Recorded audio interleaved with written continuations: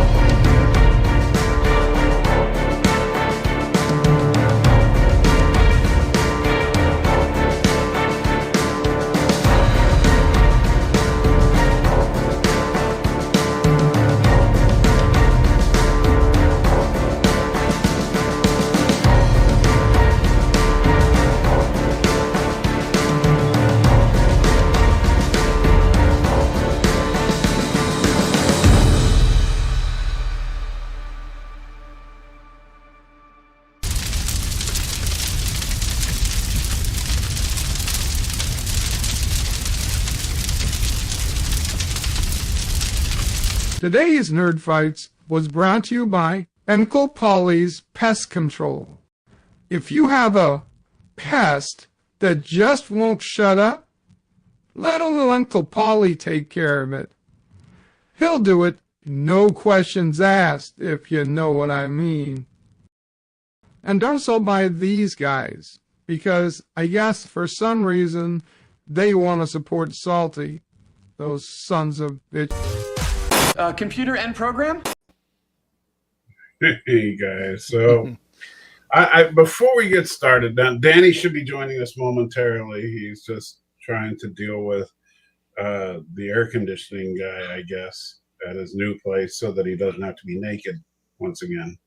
But I do want to address something that was been mentioned a few times in the chat already, and kind of just nip this one in the bud, because if you guys know, if you don't like the episode, that's perfectly fine. If you love the episode, that's perfectly fine. We invite people to have all sorts of different opinions around here. That being said, if you're going to actually complain based on the fact that last week's episode was, or well, not last, but the prior episode was a lighthearted romp, and this episode is very heavy, and the next episode appears at least that it's going to be another light episode. And it sounds, they said my mic sounds off. Is it on the wrong mic? You might be. You got the mic close enough, right? It's on the wrong mic. Let me fix it. Danny's backstage. Okay, you got it. Testing. Can you guys hear me? Do I sound okay? You're gold. Yep.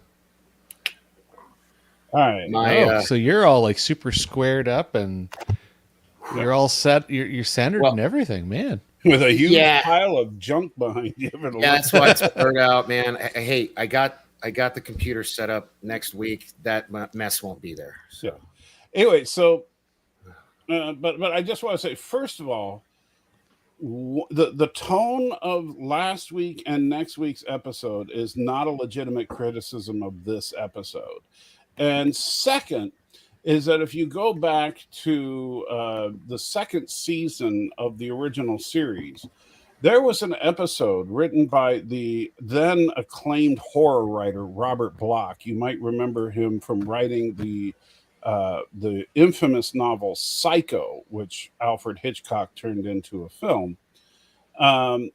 And he wrote a couple of episodes of the original series, including one about a serial killer who had managed to beat death and transferred himself from body to body to body. And that episode was called Wolf in the Fold.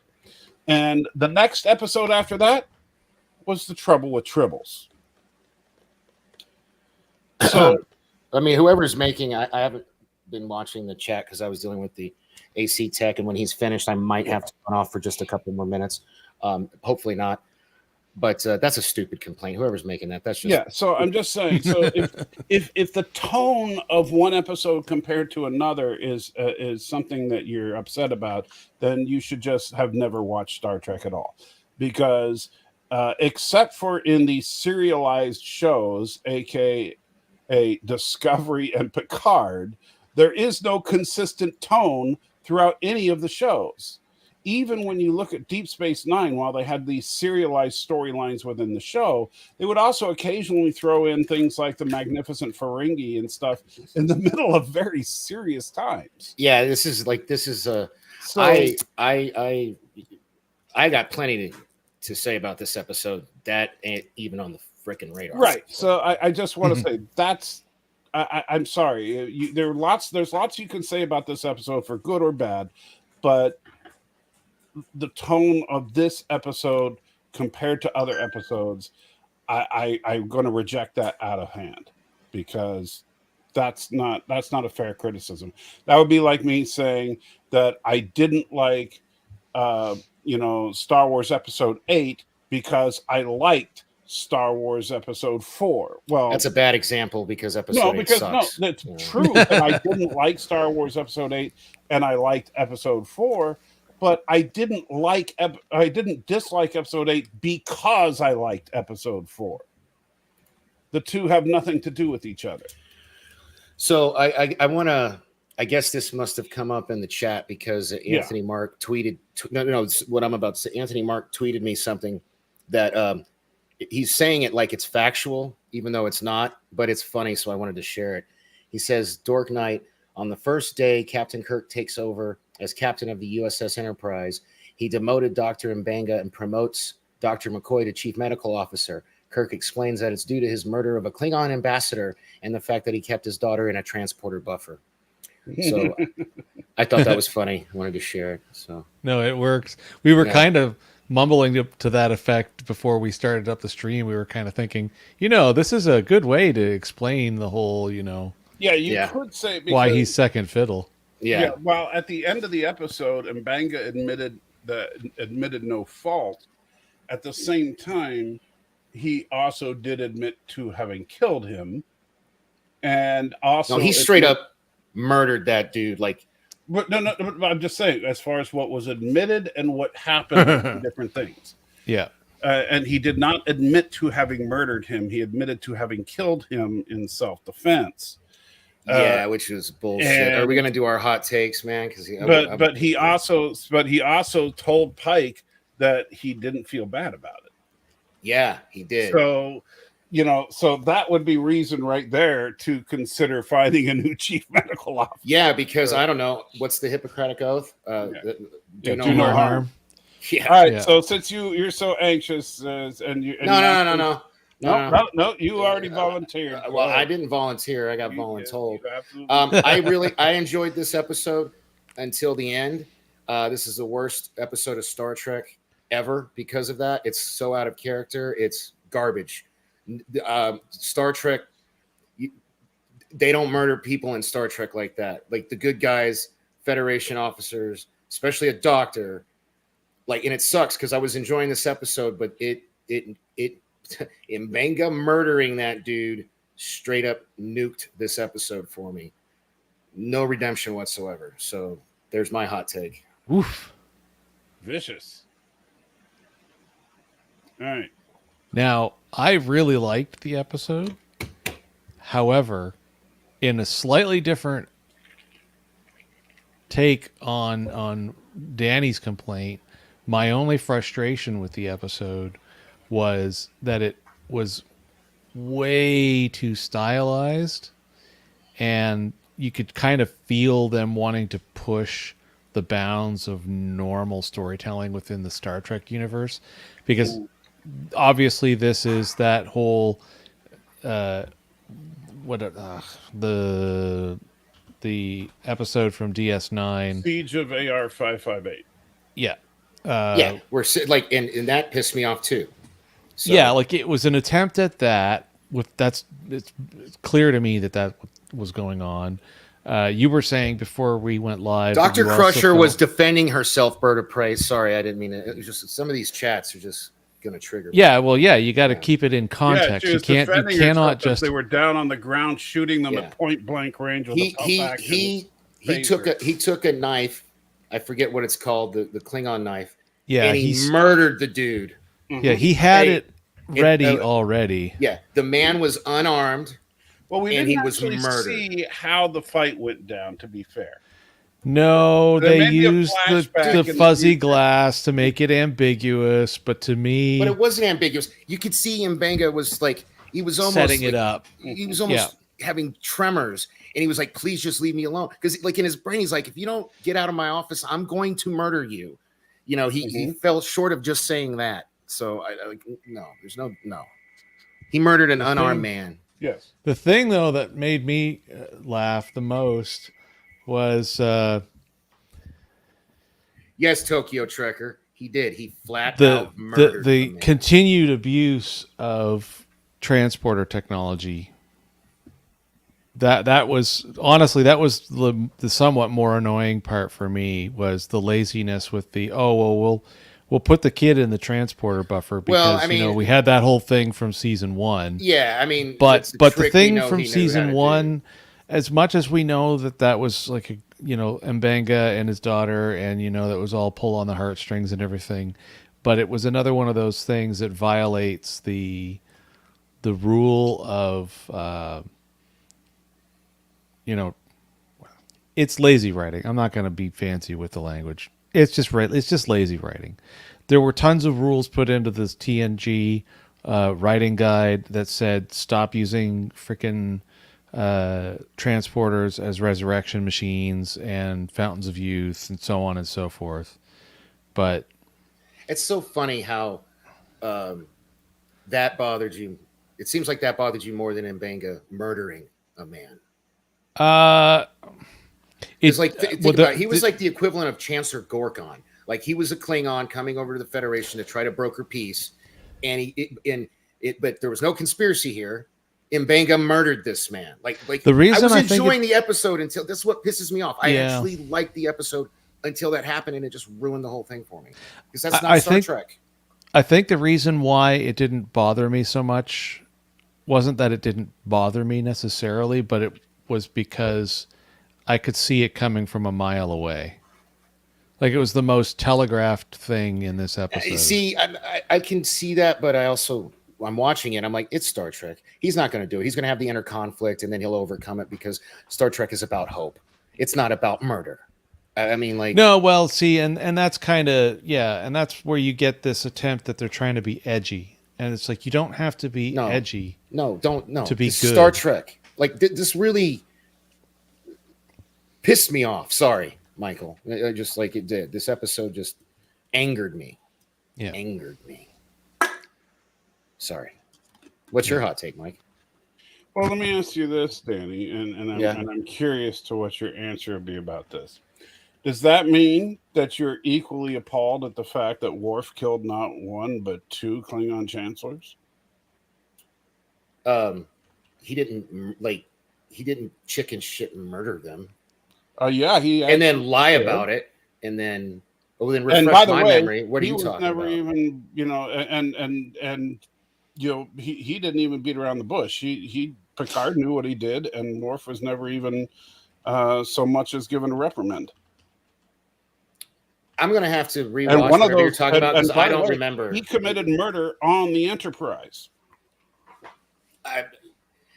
We're not talking about that episode, but if you want to give me some Well, homework, I'll watch it and I'll get back to you because I don't remember. I think that's a double standard there. I know it would be a double standard if I had a double standard. What I'm saying is I don't recall the episode, so I can't have a stance on it. Buying the beach, he killed Duras, who was trying to become chancellor. Now you're talking about that was like a fair combat for control of the. It was a violation of the Federation law by apples and oranges, bro. Fucking fracking apples and oranges. Sorry. Because he killed a man on the Enterprise. Apples and oranges, man. He broke one law, but he followed another. Klingons are stabby on a good day. Yeah, man. We're talking about a Starfleet officer, a human Starfleet officer, chief medical officer. But who's sworn an oath to do no harm, murders a man who's trying to broker peace. And you know what's going to piss me off even more? There's not going to be any fault. There's not going to be any. Man. You know what? All right. Hold on. I know it's called Nerd Fights, but it's too hot in here. I can't take this anymore. What about when Dax went on the Blood Oak quest with the Warriors 3?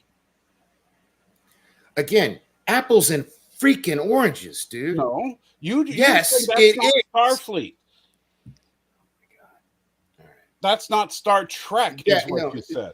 Dax. Well, okay, I can boil it down to one simple thing. She went on a murder quest. No, was it a murder quest? The whole point was they wanted to go. Hey man, I didn't realize you were going to give me so much fracking homework. We're talking about an episode of Strange New Worlds, so let's focus. Let's stay on target and talk about this episode. Okay. Now, what I was going to say is, if you want to disagree with me, disagree with me. That's fine. I did not hate this episode like you did. Obviously, I loved the episode. I hated the ending, and it ruined the whole episode for me. I've said that 5 times now. But you said it's the worst episode of Star Trek, period, because of the ending. It's the worst episode of Strange New Worlds. I misspoke if I said Star Trek. Worst episode of Strange New Worlds. So. But to me, it showed, yes, M'Benga went to a very dark place in this episode. But we've seen, and this has been building for some time, that M'Benga had something haunting him. There's not going to be any fallout from this, I bet. They're never going to bring it up again. And that's really going to make me mad. There should be fallout. I actually first of all, you're assuming that. We don't know.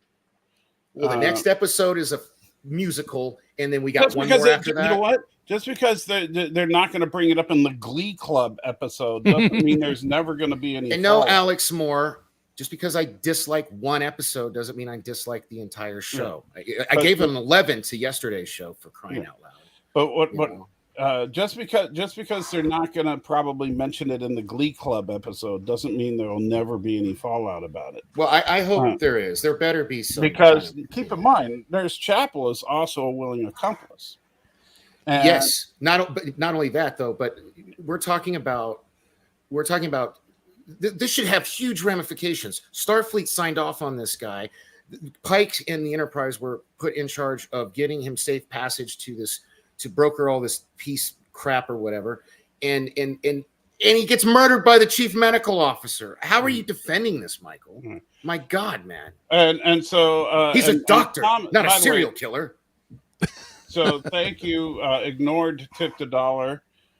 Super. And Worf didn't kill Duras on the Enterprise. Worf beamed over to his bird of prey, and they fought in combat under Klingon law. I stand corrected. See, that's what you know. Come on. However, the point still remains.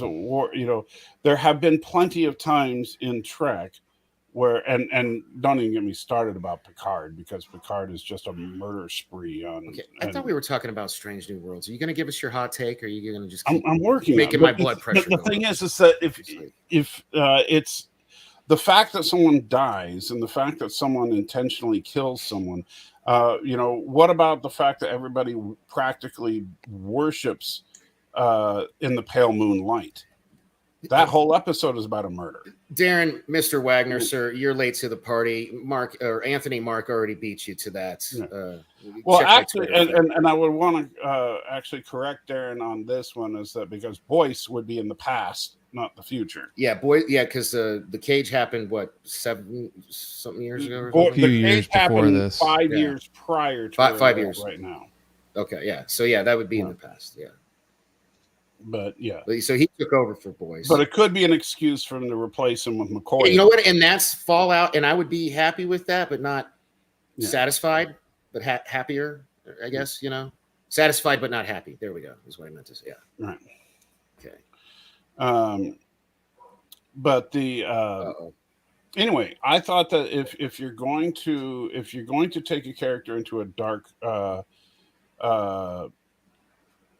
if you're going to take a character into a dark place, this is a good way to do it. They use the Klingon War, which is something that they had in the history that they were stuck with from Discovery, and I like how they explain the super soldier serum, though. See, like they use that to their advantage.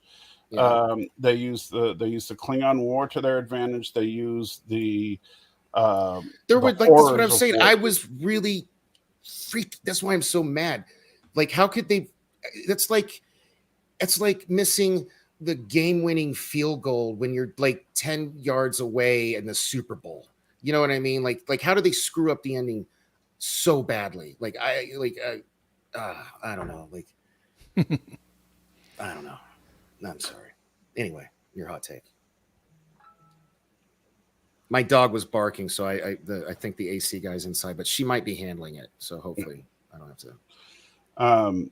Anyway, so I thought that it was overall a pretty solid episode. It not a perfect episode by any stretch, but I think that the ending made a lot of sense, knowing people that have gone through. I'm not walking away because you just said something stupid, but the AC tech guy, I'll be right back. Sure. Knowing people that have gone through some serious problems after Vietnam, and then later some people that have been through some stuff with the Gulf Wars, what M'Benga is feeling in this doesn't surprise me one bit. And the fact that most of the Enterprise crew can't understand except for Nurse Chapel and maybe Ortega's, makes a lot of sense to me, because the rest of the Enterprise crew was never involved in the war. My idiot dog starts barking after he leaves the room. The technician leaves the room. Not during. The dog is an idiot. Yeah, the dog is stupid. Yeah. Stupid dog. What did I miss? What kind of retarded rhetoric came out of your mouth while I was gone? First of all, that's not a word you should be using. Jesus, man! Every episode, you got to just give me a list, a banned word list at this point. Well, I told you about that word before. Sorry, I was muted, right? You didn't hear me verbally abuse my dog. No, we right? did not. Okay. We did not hear what you said to your dog. Darren, you know what? That makes more sense. My dog is a coward, not an idiot. He was too afraid to bark at the man's face. He left the room. Yes. Shut up. Sorry. No, right before I left, you said something about the ending made sense to you because. As far as like this is a more a more realistic portrayal of someone dealing with some serious PTSD than, say, what we saw from Picard in First Contact or something. See, thank you. That's a better way to handle it. Anthony gave me a suggestion. Instead of saying "don't say that," he says maybe you should replace it with this word, kind of like the Californians. Remember, right? Wasn't that you guys? That told me to replace it So with now we have the irrationals. Yeah. Okay. So good God. And so I actually thought that the episode was well done. By the way, happy birthday, Jason. I meant to say that right out of the gate. So everybody, yes, today this episode just drove you. Sorry. Yeah, man. It was. So, I didn't even watch it a second time. I should have, I guess. Wow, you really did hate it. Yeah. Yeah. Anyway, Well, Oh my God, I can already feel a difference. Well, I feel like Oh. playing like Hallelujah. invisible blessings from the air. Good Lord. Well, no, you notice how I'm not dripping sweat anymore? That's great. Oh, no, I actually wasn't looking at your sweat, to be honest. well, you haven't seen me do this in a while, so I don't need this damn thing anymore. Sorry. So, so this episode.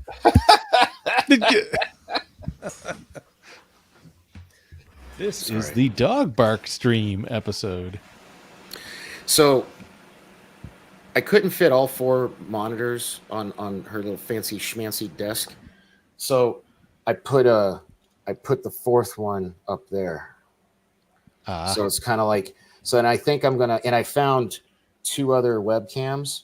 So I think I'm gonna later like play around with setting up different angles and maybe try to use this as like some type of monitor type thing. I don't know. But anyway, it's a different setup. Telling us that for a reason? Just making small talk, man. Sorry. Oh, okay. So yeah, I was very nervous when the episode started because we started with some shots from Discovery, in the previously on section where we saw clips from the war. Yeah, that bothered me. They showed clips that. from. Oh, you shouldn't have. That would have pissed you off. They showed the Kling orcs. They showed the Kling orcs. Oh no! Yeah. No! Yeah, don't bring those into Strange New Worlds. I know it came from Discovery, but I didn't ever want. Yeah, don't put that. Don't put that evil on us. Yes, they did show Takuvma and his clan chanting "Remain Klingon." Yeah. Yet in the war, there weren't any Kling orcs. So, like, why even show those guys in the previously on? It was like, at least in what little bit they showed us of the war in this episode, I guess I should say. Hey, at least they've got them better now. We are introduced to a new class of interesting looking ship. It looks like a kit bash right out of the movie Serenity to me, though. It's an interesting little thing. I wish we could have gotten a better look at it. I was going to say, it's what is a it thing. with the phallic looking? Like, what was the other ship that looked like that in Picard? Right? Remember in Picard, it had the same. No, the Intrepid. Well, the Intrepid had a little thing hanging forward, but it was like bulbous. It looked like a weird. I'm not saying it's the same class of ship. I'm saying like it's just weird how that bottom air. Yeah. Like I don't like that design. Yeah, and that does look like one nacelle, which kind of breaks the rule. But they already did that in the next gen anyway with the 3 nacelle Enterprise. Well, we already saw one nacelled starship before on Strange New Worlds in the first episode. We did. Yeah. See, man, I gotta. Yep. Yeah. I gotta start taking ginkgo biloba or something. I don't know. Yeah. But it's kind of weird to see one with a non-symmetrical one nacelled look. Yeah. Yes, Darren. Thank you. That was the ship I was talking about. And so that's what's really interesting. And the nacelle rule is not. Tokyo Trekker, I'm agreeing with you, man. 100% agreeing with you. And Thomas Potts, it's like an unwritten. They used to talk about it back in the day. The nacelle rule was part of Gene Roddenberry's like rules of starships, but it was never canon. Right. Yeah. So it's not like there's actually an in-universe. Yeah. Thing that So Deej, I didn't like. Were you late, bro? Did you not hear me rant and rave and almost pop a blood vessel about this episode? Good God, man! Stop making assumptions. Just because I normally like everything, as Vader says, don't. You know what this kind of looks like is a kit bash between like a classic TOS starship and Colonial One from Battlestar Galactica. Yeah, that. Oh, too. I can't. Oh, yeah. I can. Yeah, the front of the ship does kind of remind me of Colonial One. Yeah. Yeah. Anyway, so they're Was beaming Dean over. yesterday? Because he would lose his mind if he was. Because I gave yesterday's episode an 11. Yeah, Deej would not be happy with So you that. yell at me for that one. So they're getting ready to beam over the ambassador. And notice we have yet another transporter chief. I don't know how many transporter chiefs they've got on this ship, but they've got a lot of them. Well, are we sure this individual is a chief? You know, it's like maybe chiefs on lunch break. Pretty much everybody that operates the transporter is just called the transporter chief. Nah, Chief Cook, or not Chief Cook. Who said that? Who said it looked like Martin Devon? It's too pointy. Doesn't look like Voyager. I mean, respectfully disagree, sir. But thank you for your participation. And so they beam the ambassador aboard. No, shouldn't look at her too long. Daniel start drooling. Nah, man, what are you talking about? She's not even my type. Jesus. She's female. Wow.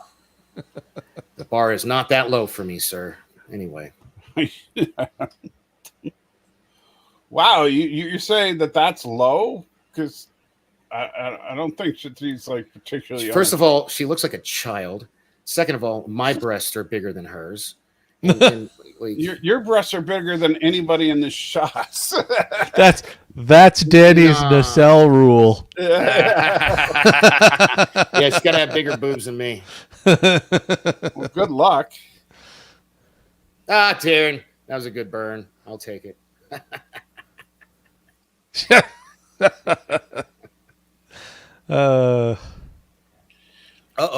So Tokyo Trekker, are you saying Chief Kyle had a sex change, like on the DL? That's the new Chief Kyle. So that's Kyle.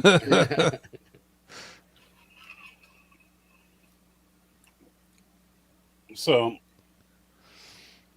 I mean, like, not only there needs to be follow. Not only should Mbanga be in deep shit, Pike should be in a lot of trouble too. I mean, Pike's the captain of this ship. Like, I don't know. Anyway, sorry. Just Pike said there would be an inquiry over it.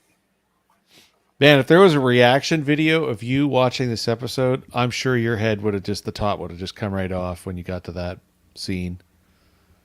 I was pissed, dude. Yeah. I was yelling at my TV. Yeah. Anyway, so now this guy does not come across as your typical Klingon. Very, warm, friendly. Well, like I said, it kind of reminded me of Gorkin from Undiscovered Country. Kind of had that, except he wasn't as frail, Right. Yeah. Or Shakespearean. Right. Right. Although I do like the dude's haircut. Like, this is a different Klingon look. Like a strange, dreads kind of thing. Yeah. Yeah, but it's like a monk. It's like a monk haircut, but dreads kind of in a way, And see, Pike's looking over like, hey, yeah, my hair is pretty good, but his is pretty good too. That's a good pause right there. Actually, I like how that.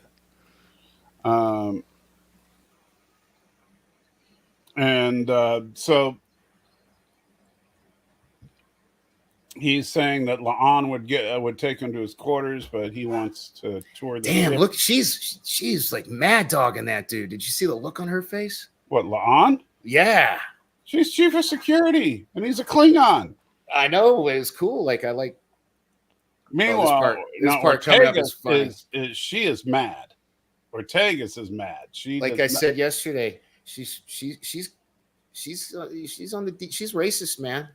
In that other episode, she had a thing against Romulans. This episode, Klingons. She's a speciesist. This is, and I know you've never been in the military, but you have to keep in mind that the United Federation of Planets was just in a war, just in a war. No, I get it, man. I'm making jokes. I mean, Kirk was worse than her towards Klingons for a time. Well, but not only were they just in a war, the entire Federation was almost wiped out by the Klingons.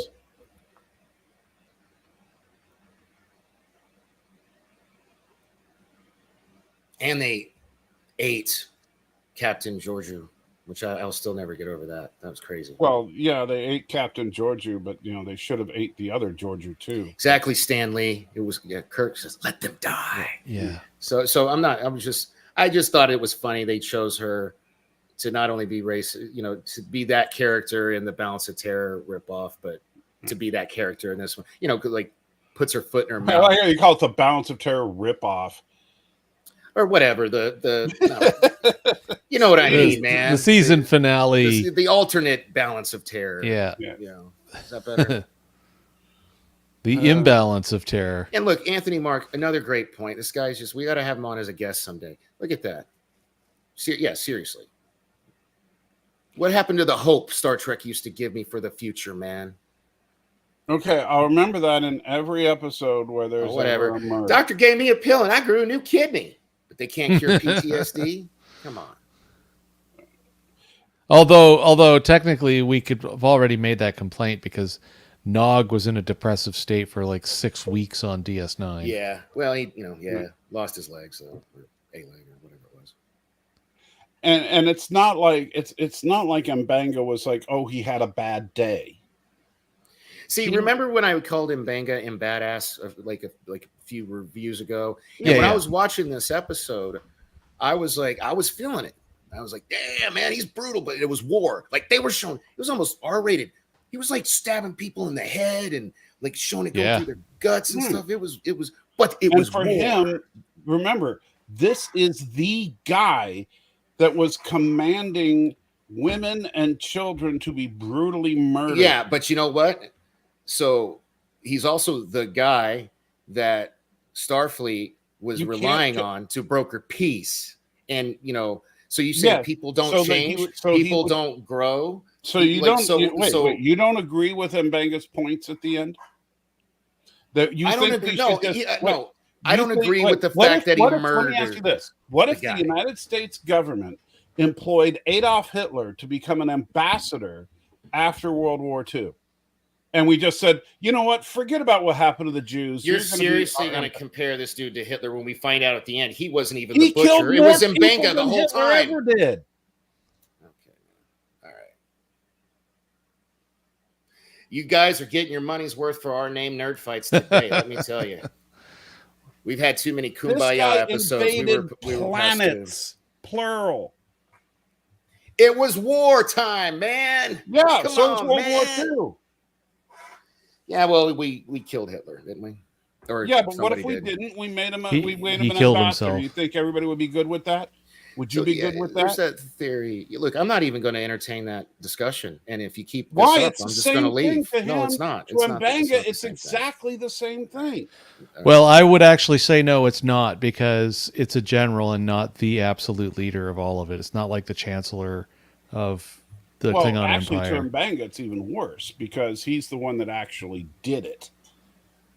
But the funny thing is we actually turned around. Don't say that word, Twinkle. Delete that. Yeah. You're gonna get us in trouble.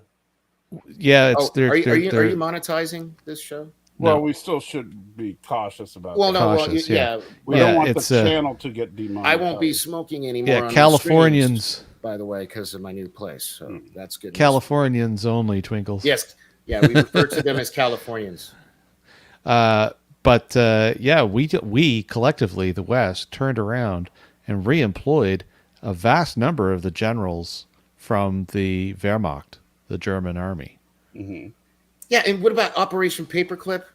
I mean, like, whatever, man. There's a lot of those would be far more apt comparisons, and I mean the ultimate comedy. I would say this: as far as the scientists are concerned, scientists are less driven by ideology and just some of them for sure. They obsess about having their lab well paid for, but there's generals, lots and lots of generals, field marshals from the German military that carried over, and it was just all glossed over, and people just I don't know. I'm sure that there were people that reacted very viscerally to it. Mm-hmm. Yeah. Now, I don't think that anybody is ridiculous enough to have ever promoted them all the way to the point of being an ambassador Right. for the other side, back to the other side. And that's the problem is that to someone like Mbanga, that, and keep in mind, this isn't 30, 40, 50 years later. It's like 5 years ago. The war ended just a couple of years ago. He unilaterally decided to execute this man. Mbanga, like this, if you want to talk about canon breaking stuff, Mbanga shouldn't even be in the original series at all, because his ass should be in a military prison somewhere, rotting in jail for the rest of his life. I'm not saying what Mbanga did was morally right, but what I'm saying is that from a storytelling perspective, I totally get why he did what he did. And I'm not, and I think that while I do think there should be repercussions later on down the road, I thought it was good storytelling. Okay, I guess somebody already deleted Martin's comment. Come on, guys. What do we say? What do we say here? Anyway, that's my point. I think that Mbanga's character is deepened by this. I don't think it's ruined by it. Now, I tell you what, I like you guys were calling Girardi like Dr. Murder Doctor, like, yes. Murder Doctor. No, and no. Mbanga's got that title now. I wouldn't let that dude treat me for the common cold. Well, and I know this is like Thomas is like, oh, if you don't have a problem with Mbanga, you should have no problem with Girardi. The difference is Girardi just killed him because she wanted to, not because Wasn't she being mind controlled or something? Like I've tried to delete Picard from my memory bank seasons 1 and 2, but she was somewhat under the influence of the Section 31 goobers. Yeah. But she wasn't under control of them. No, they were just telling her stuff. Yeah, you need to do this. Yeah. Please take care of this. So yeah, she was straight up just killing people that never did anything to her at all. And 7 of 9 was just a murder machine. Yeah, we're talking about season 1 and 2. Yeah. So that's a whole other thing, but. So, and this is where Uhura and Ortegas have that conversation. Uhura talking about the good things that the ambassador has done since the war.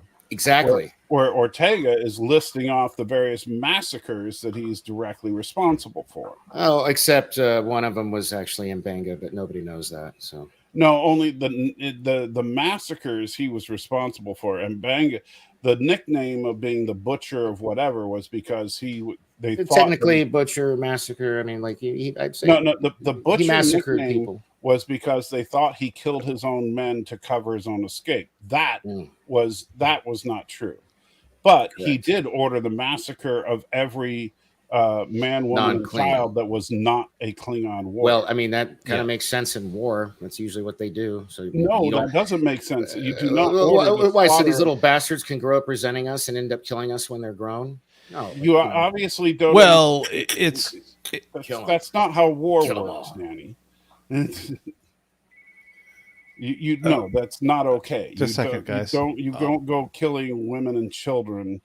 But it's okay for Mbanga to just like completely just murder somebody in the doctor's office. Did I say it was okay? I mean, it sounds like you're defending it. Well, then you're not listening to me. I mean, I understand you got your selective ears on, but no, I don't have my selective ears. You obviously do. I said I don't think what he did was morally the correct thing. Frack is up with. So Twitter's just X now. Have you noticed that? It's just X now. I don't care. Sorry, I was just. You just now found out about that because I just saw. No, I just saw it. I didn't. They replaced the blue bird with a white X. I just saw that. Like I think I had something cached maybe because I literally I don't think it was like that when I read Anthony's tweet earlier. Yeah. I refreshed the page. It was renamed a while ago. Well, I've been moving. Yeah. Well, while we're waiting for Jason to come back, did you watch the that pathetic last episode of Secret Invasion?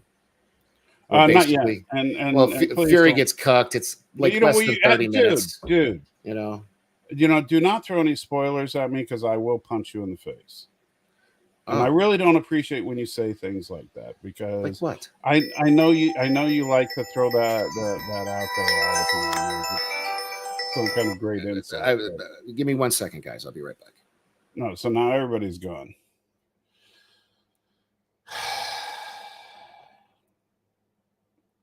I quit. Oh, what is with these people? So, Jesus, sorry, I'm back. It's his birthday. It's probably like his family members calling him. Don't get mad at him. I'm not mad at him. I'm mad at Why you. haven't you watched it yet? It's been out a couple days now. Because I haven't had a chance. I'm sorry. I've been dealing with other real world stuff. I can relate. You know. Don't know myself. Uh-oh, Darren. He said no spoilers or he'll punch you. Anyway. What I miss? Oh, he's going to punch me. Darren's because... being a troll, and Danny's trying to tell me spoilers for Secret Invasion. Did you watch the last episode of Secret Invasion? Or no, you haven't watched any of it, right? I haven't. I'm not even halfway through it. I wouldn't even waste your time anymore. I've heard that the way it wraps up just becomes a giant. I don't. We're not talking about it because I haven't seen the end yet. Yep. All right. Yep. So enough about that. Yeah. And because now you guys are going to get the chat going on it, and I can't look at the chat now because people are going to. Because the problem is you say spoilers in the chat, and people immediately start dropping crap in the chat. So now I'm not going to be looking at the chat. Sorry, guys. Accuse me of ignoring the chat, but you can blame Danny. Blame the guy who pays the most attention to the chat. You won't stop talking about stuff when I tell you not to talk about it. In fact, let's say hi to everybody, shall we? No, I'm just kidding. That's your job. So I turned the chat off on my screen so I can't see it. So you have to tell me if there's a super chat. Although there's some hilarious stuff in here that's absolbely not true. It's not true. They're all fake spoilers. I'm sure, by the way. but you know, I'm not dealing with it. All right. We're not talking about that. So anyway. So where were we? All right. So in our classic, he's standing right behind me, isn't he? Moment. It would have been funnier if she actually said that. But, I'm surprised she didn't say that. They really dialed her in on she's full like Hard Rock Candy and no longer. Good pause. Number one looks pissed. Well, because they're sitting there talking about him as they're coming onto the bridge. Yeah. But notice, and this is again what a cool cucumber he is, he still doesn't say anything. He could have very easily. Yeah, see, like no.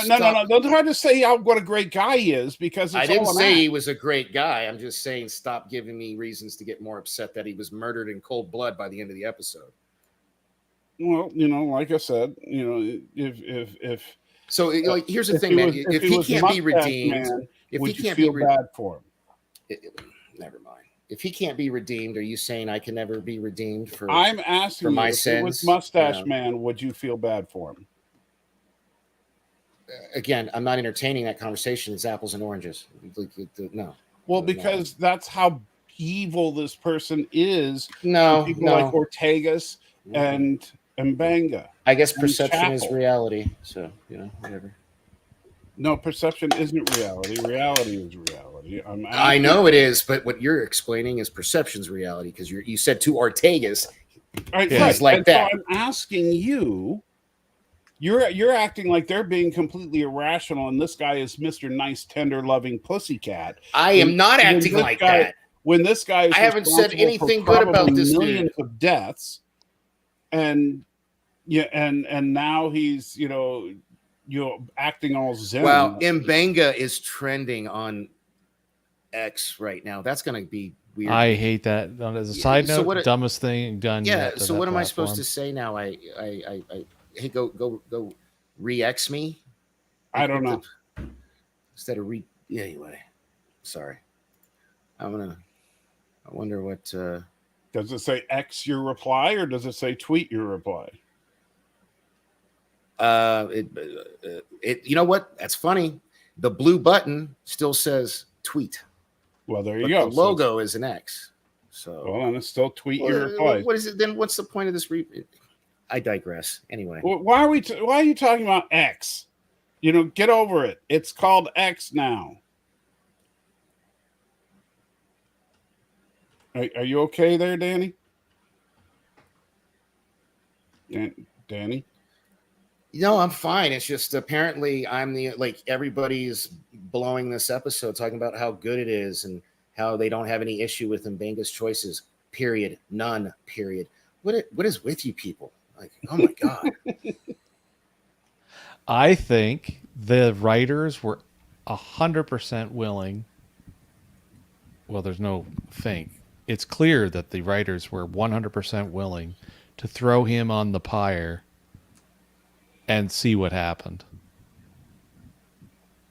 And they were confident that people were going to rescue him and not let him burn.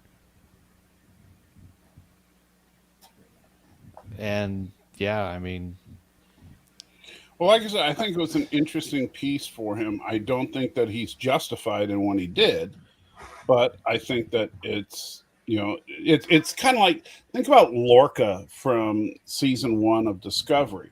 Lorca was, from a moral perspective, at best.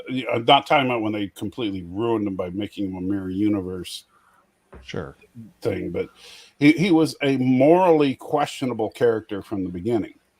But he was a very interesting character. No, Stanley, there is a distinction between self-defense and murder. Murder implies that there was intent murder is pure selfishness. Yeah.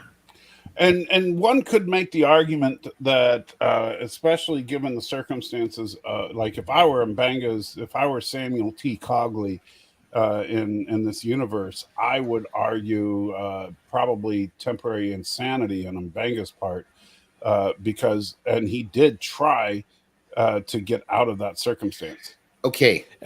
Let's say he got off on that. Or go ahead, sorry, Jason. I do need to throw this out because this is in the episode, which is probably another one of the reasons why the end outcomes didn't really set me off. He had a conversation with Pike where he asked Pike, yeah, all this stuff you're saying is great, but what about justice? Mm-hmm. Because so what is he, murdering Batman? Is he No, but he would have just gotten away with what he did. So as much as we really have come to really enjoy and like the Mbenga character,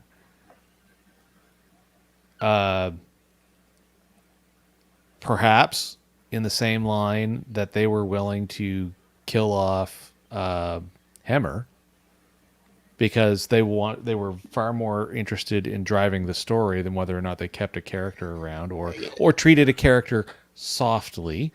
They decided that this was going to be an episode where one and only one character goes clean off the reservation in an attempt to exact what they considered justice. Justice executed outside of the justice system is, of course, technically murder, basically everywhere. I like Anthony Mark, again, with the great comment. That was not justice, it was vengeance.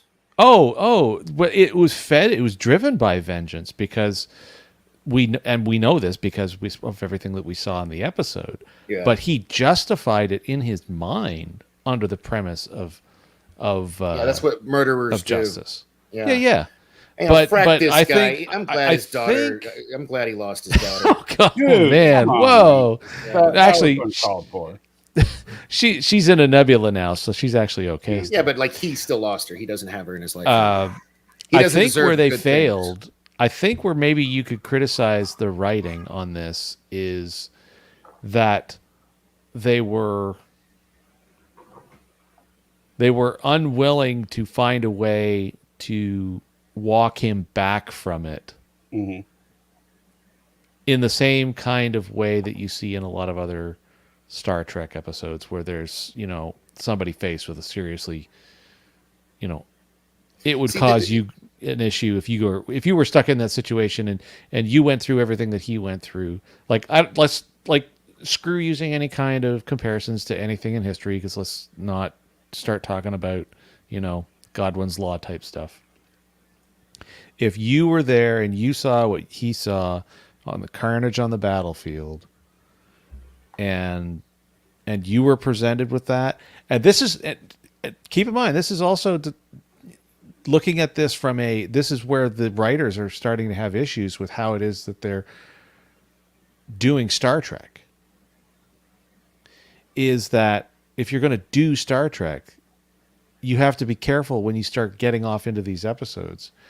I got to stop looking at these trending tweets, because this is an example of the moral decline. Just close it. Just close it. Yeah, dude, our society is in a moral over here, decline. Danny. Yeah, I've closed it already. Yeah. It's baffling to me. Like, see, this was this was actually a big deal. Like in the episode, even though I can complain from a technical perspective about the foolishness of the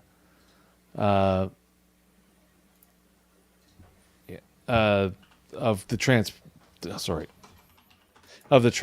stuff. The reality is the setup with this was actually really good, and it showed that it's like, the good of the many versus the good of the one. We can't just leave him there and sacrifice all these other lives.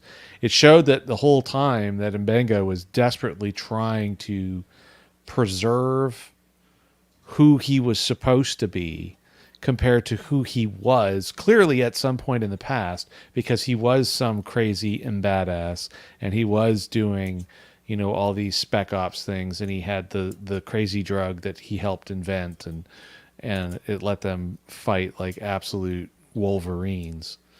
But he ended up seeing too much, and he went too far. I don't think that there's anything wrong with them trying to address all of that. I just think that there's the way that it was handled with the relationship between him and the ambassador was potentially incorrect. It didn't bug me, but I can see why, when you treat it under the same kind of auspice that you have with Star Trek, which is mostly consistent across all the series, it was a little on the dramatic side, especially for a main cast member. If it was a guest star cast member character that was the foil for the whole episode. What are you doing? Thomas sent me a message saying I should keep something shiny on the screen to keep Danny's attention. Oh, Thomas. I think if it was one of those, like I know this is going to be a crazy character to bring up, but when you want to tell a story about something a little on the wonky side, you bring in a character like Okana. Or Mud, or if you get into the darker territory, you bring in the Cardassian that interrogated Picard for basically 2 episodes. You try to stay away from spoiling the main cast in any specific way that is going to cost you in writing down the road. Yeah. Now, outside of that, though, if you stood this episode on its own, I still see it as a very excellent episode. I don't necessarily agree with the ending, but the episode works. I liked a lot. That's why I got so mad at the ending. I liked a lot of what they were addressing in the episode leading up to it. I just thought we were going to have some character growth in a more positive, hopeful way, not character growth in a more sinister serial killer kind of way. I guess serial killer's harsh, murderer kind of way. But Spike, serial killer, really? Spike. Well, I mean, because Mbenga like brutally, but it was war. Killed so I didn't one guy in the present tense. Everybody else was literally in a battlefield. Yeah, I know, but it was his mission. He brutally killed him, though. I mean, that was some Rambo stuff. Kill people nicely in war. I know, man. I think if you could lean in a little bit on towards So to support Danny on that a little bit, what I would say is let's not forget that Mbenga all of a sudden was like, this just happened. This is what I'm seeing. Okay, that's it. This is wrath time. You know, it's like Wrath of Man, or you know, the Taken. You know, it's like Taken, Star Trek Strange New Worlds edition, where Mbenga just loses his mind, and I have a special set of skills, and it's in this vial. Right. And then he just kind of goes completely off the reservation. I mean, like, what's making me mad is like a few weeks ago we were like, oh hey, the show has confirmed that this is a different timeline, and then they double down and say, no, this is not. This is the prime timeline, or whatever. And now, so like, this just makes it. I cannot fathom a Star Trek world like where Mbenga is still serving on the Enterprise under Captain Kirk. It just doesn't make sense to me. Just zero sense. Like, well, first of all, as far as it being the same timeline, it isn't. I agree with you. I'm just saying that's what Akiva Goldsman is saying. Well, Akiva Goldsman can say whatever Akiva Goldsman wants to say. It doesn't matter.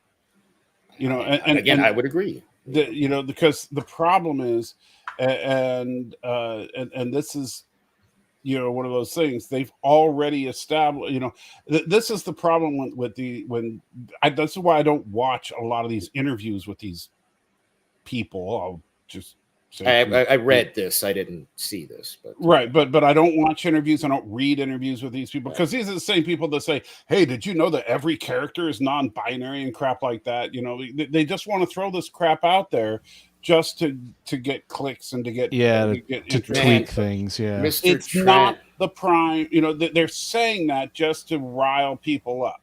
They're saying that just to say, oh, yeah, this is the prime timeline, forever prime timeline. Woo! They're just saying crap. The fact is that if this were the prime timeline, Khan would have launched in 1996.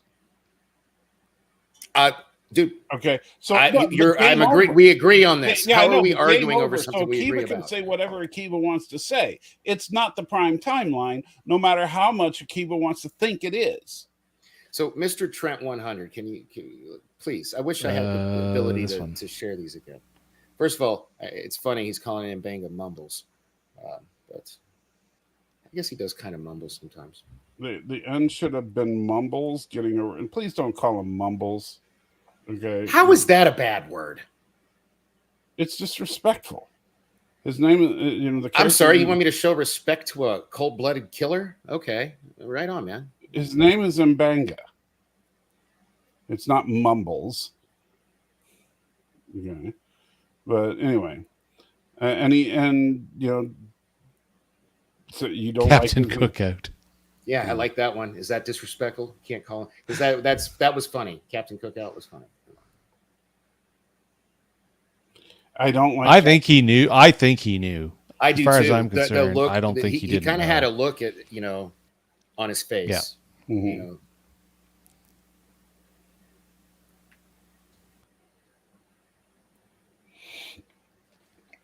Anyway, so he's all impressed with the starship. Yes, so he is very impressed with this. We're never going to get through this episode, you know. He even says he even, like, I don't know if he's just trying to kiss up or if he really feels this way, but he even says that the Federation ships are superior to the Klingon ships, which no, like that. Which I did actually have a wonderful laugh that they gave Pike the line of, but they're really just built for exploration. Yeah. Yeah. Because, and I don't know if that got in there because whatever writer was well aware of the long ongoing debate about the fact that Starfleet is or isn't the military. Right. So, and you know, you got incidents like the display showing heavy cruiser, right, for, you know, for the Enterprise refit in the movies. Well, the Enterprise has always been considered a heavy cruiser, but it's like, you know, but they don't like calling it the military because, you know, it's not PC. Yeah. All right, so can we get past the first couple of scenes in the episode? Sure. All right. All right, so they go to the bar where Spock has been working on a Ractagino because Deep Space Nine reference. Yeah, I rolled my eyes over that. Yeah. When I realized what it was they were trying to cook up, I'm like, oh dear. Yeah. And so, which he burns his hand on, even though it's obvious that mug is not hot at all. Isn't Ractagino supposed to be? Isn't it basically like a cold coffee? You know. I don't know what the temperature is, but it's Klingon coffee. Yeah. Yeah. That's just Klingon coffee. It could be. I'm sure it could be iced Ractagino or hot Ractagino or whatever. Okay. You know. But it was really only a thing in DS9. So one of the years at the Star Trek convention, they had these Ractagino drinks, and it was a cold coffee based liquor beverage basically. So that's why that was in my head, as it being cold. And yeah, Stanley, it could just be strong coffee. I don't know. You can make some pretty powerful coffee if you try hard enough. Speaking of powerful coffee, since Michael's having a Mitch McConnell moment up there, today's episode is brought to you by... All right, I'm done. You know what? No. Do you even know what that reference was to? He had like a medical Yes, thing. I know exactly what that reference was to, and I find that extremely offensive. Okay, because what Mitch McConnell went through is something called an absence seizure, which is something my wife has. Did they actually come out and say? Because the thing I really don't appreciate you making light of it. Okay, I didn't know that's what it was. They said like they didn't say that in the thing that I read. Sorry. So no, I'm sorry that I happen to be looking at the other screen at the moment. But well, let's skip ahead. Come on, dude. Look at the other screen. I know you like saying things that are politically incorrect, but you're in rare form tonight.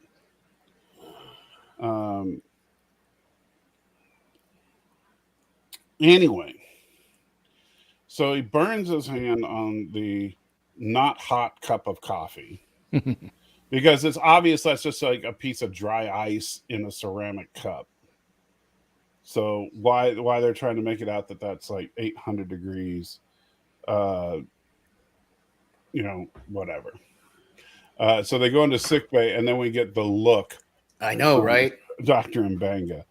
And I was halfway expecting him to come charging at him right there. Yeah, see, this I don't have a problem with. See, what I was hoping for, there's that word again, hope, because Star Trek was always supposed to be about hope, was that by the end of the episode, like he would actually have some character development and grow past this and work with the guy. Because like he murdered the dude basically when he was just like asking for his help. He's like, we could do this together. What two better people than former enemies coming together to broker peace between our two species? Like that, to me, that's more Star Trek than what this is. Not Star Trek. This episode is.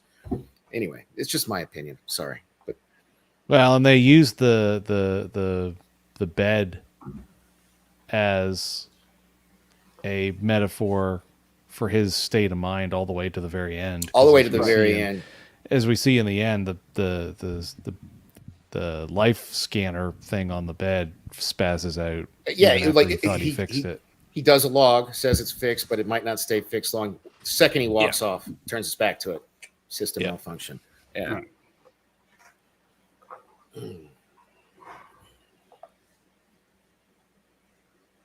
And so finally we get to the opening credits. I missed the animated one. Wasn't that fun? That one was fun. I actually was, when they went through the cloud right there, I was like, is it weird to miss the sucky on right? creature right already? Where the creature let go of the warpage and Yeah. How to get attached to something so quickly. And so now here we get a interesting shuttle over the moon of Jagal a few years ago. It looks like NCC 7901 or maybe 7301. I think it's a 9. Yeah. I was going to say 5 for a second, but I think that's a 9. Yeah. So I don't know if this is just a really small starship or a really big shuttle. Yeah, there's no frame of reference, really. Right. But we get our first, kind of, honestly, our first look at what a ground war would look like since Deep Space Nine, really. Bird of prey. I thought about that too. That's funny. Don't hold us for a date. Yeah. Yeah. Well, yeah, they want to be able to keep it open to interpretation, I guess. Yeah, right. So that crazy shuttle looks like it's a shuttle that's had like an entire like Beatles back end added onto it. Yeah. Well, it looks like a troop transport, basically. Yeah, and it's 7501, so whatever ship that belongs to. Oh, so 75 or 70, Okay. 75 or 79. Oh, well, It's a 7. yeah. Anyway. Who cares what the registration of that starship is? Yeah, well. But we know that the war, I mean, basically the war happened, in season 1 of Discovery. And so, it could be, this could be anywhere around 3-4 years ago. So just saying a few years ago leaves it vague enough to where, hey, whenever. Lazy writing. Lazy writing. I don't think that's lazy writing. They just it's not necessary to put an exact. They don't have to say. Back in the day, people used to do homework, for the star dates and whatnot. They actually cared. It's like, so it's fine. That's a small nitpick. The date isn't important. Right. It's a small nitpick. And so I don't think it's lazy writing to not have the exact date, to just say a few years ago. I think that the point of it is that this was not long before this. We'll call it safe writing. There you go. It's like when you shoot pool and you call a safety shot instead of.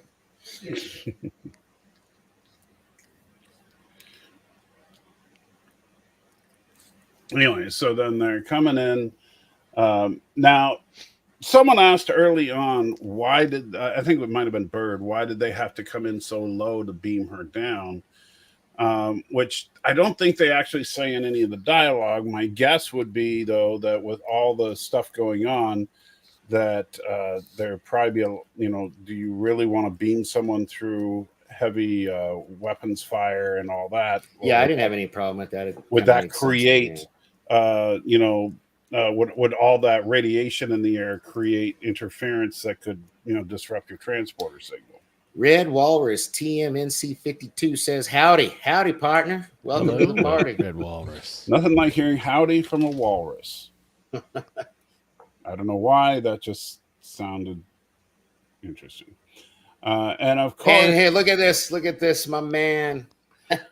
I think he is just trying to make sure before he dies that he sets some kind of record that can never be broken. Right. As for appearing in number of shows and number of parts in Star Trek. Oh, like not just that, over the span of it, because wasn't he like 8 or 9? He was in the original series. Yeah, but he was like an 8 or 9 year old kid in that episode. Right. Like in real life, like the actor was. Like Yeah.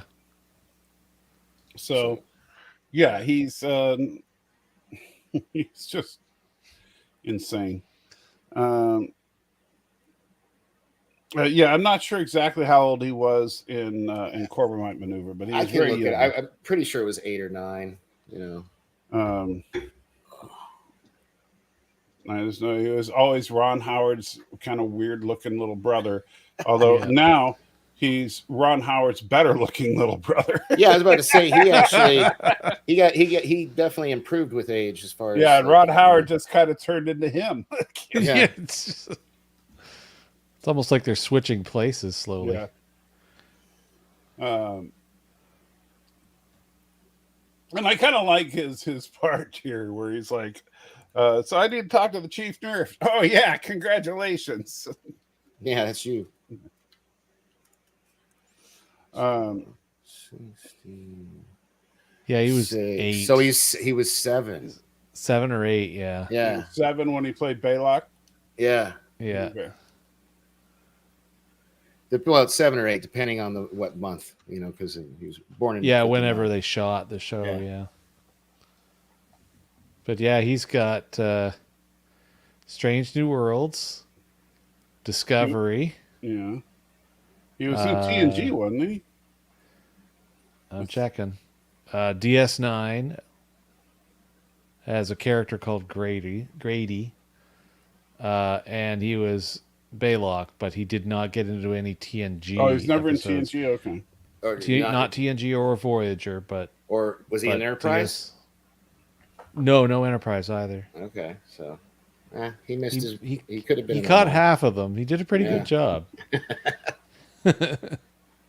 Well, he needs to be in lower decks then, so he can pad out his resume. Yeah, exactly. Yeah, right.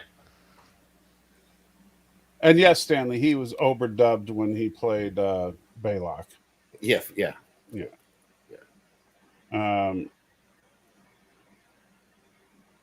Anyway, sorry for getting snappy at you about the whole thing with.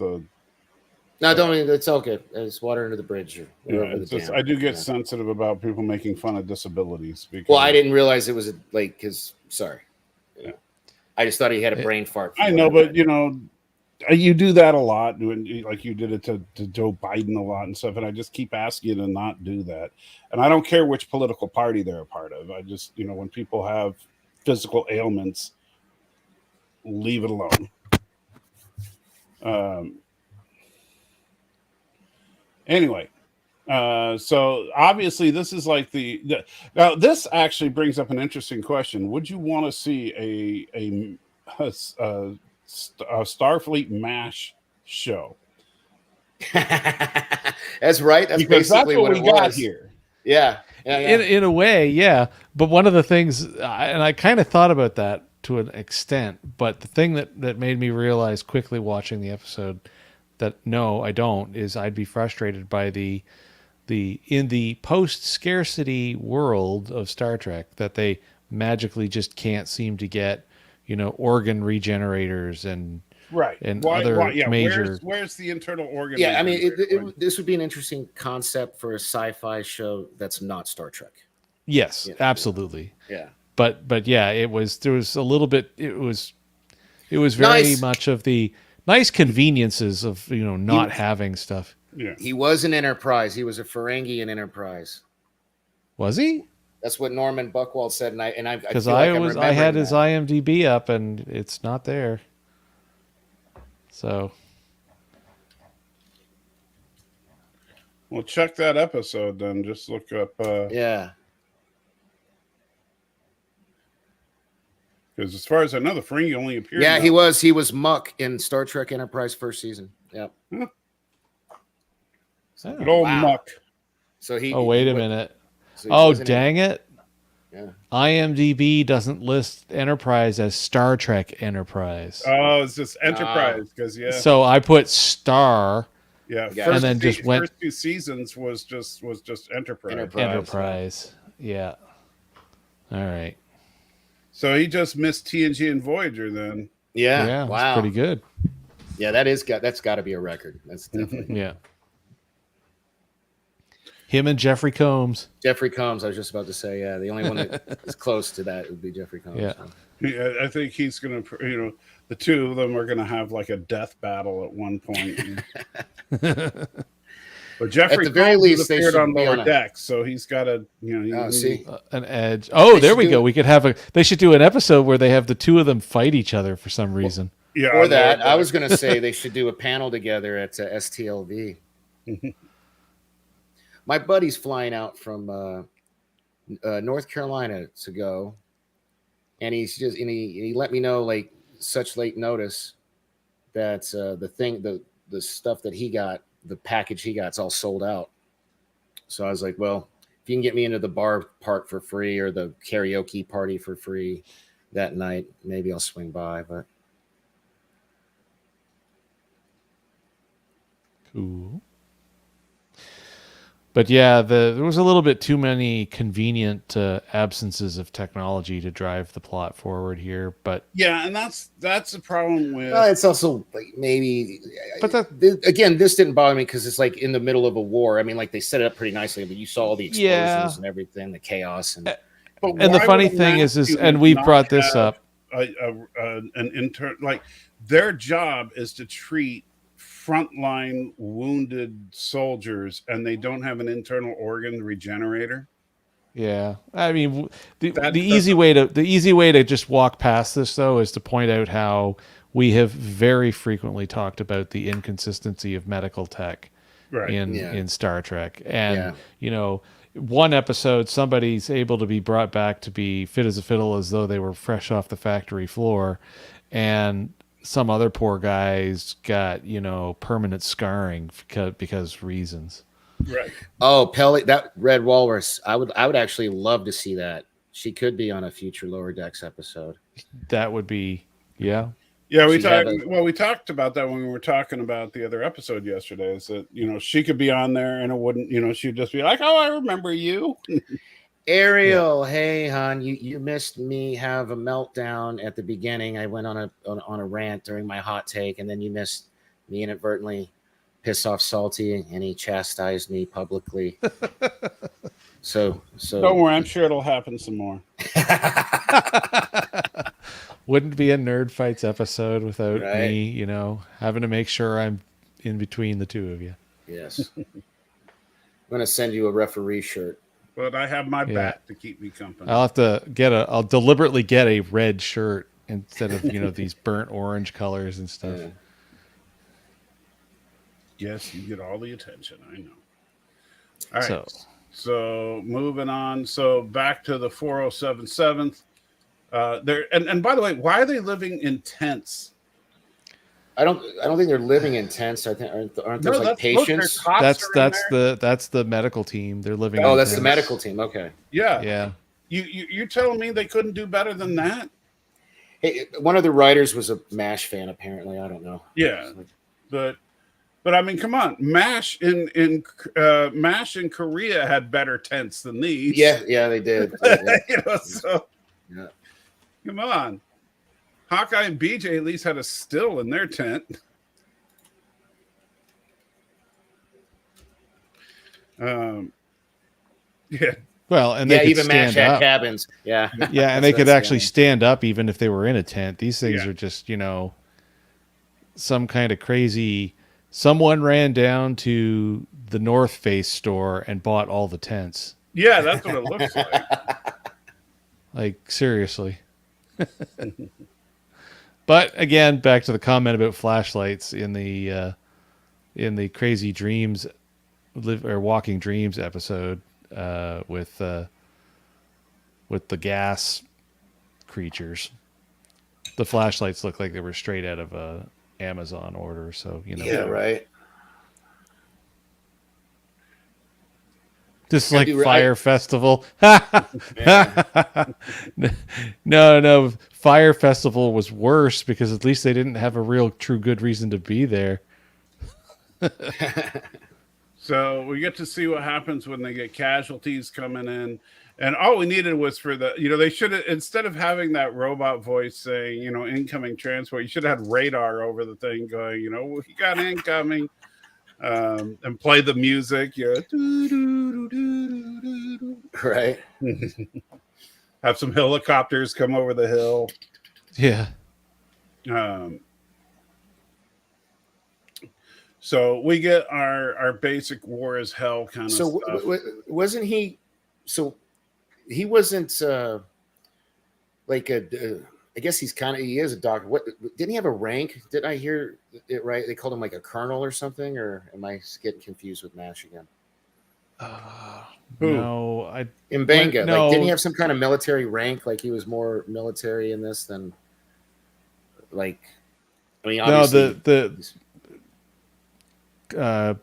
Clint's character is Colonel. Okay. Yeah. I was right there, but he keeps saying, "Call me Buck," which is funny because of the teeth. Because yeah.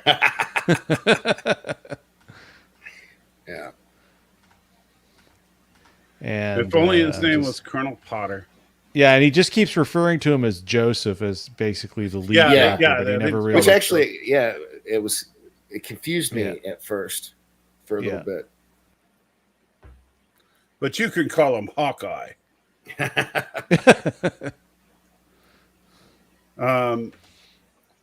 So yeah, this is the guy whose guts are spilling out, and so they put him in the transporter buffer.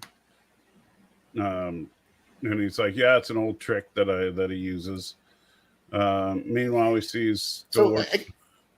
why is he working on this? Isn't that like shouldn't like somebody from It's a engineering be working on metaphor. this? It's a storytelling metaphor for his own broken. Yeah, spice. he's trying to Okay. fix a thing that's broken, and he's broken, and he's only letting himself fix himself. And I got you. Okay. Yeah. And it's still broken at the very end. It's like wasn't that like the last shot? I think it was like the last shot. Wasn't it? The It was last shot basically shows the that he last shot. thought he fixed the biobed, but he didn't. Yeah. yeah, which I think they may address to your concern about never coming back to this properly. If Yeah, I they think it's actually get to coming make back. another season of this because of all the ongoing craziness, Yeah. I think they will come back to this. Or I'll say 'Cause that I think it's planned that it's supposed to come back, but who knows what's going to happen after the strike?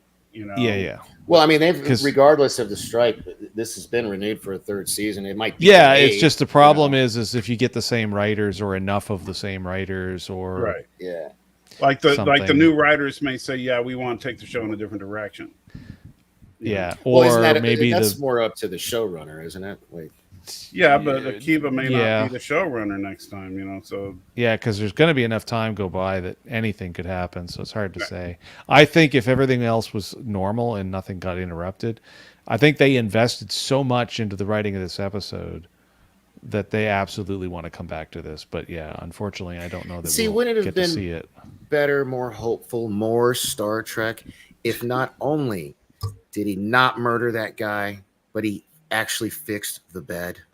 I you mean, know, come it on. would have also been a lot more Star Trek had Cisco not said that he was okay with what happened at the end of In the Pale Moonlight.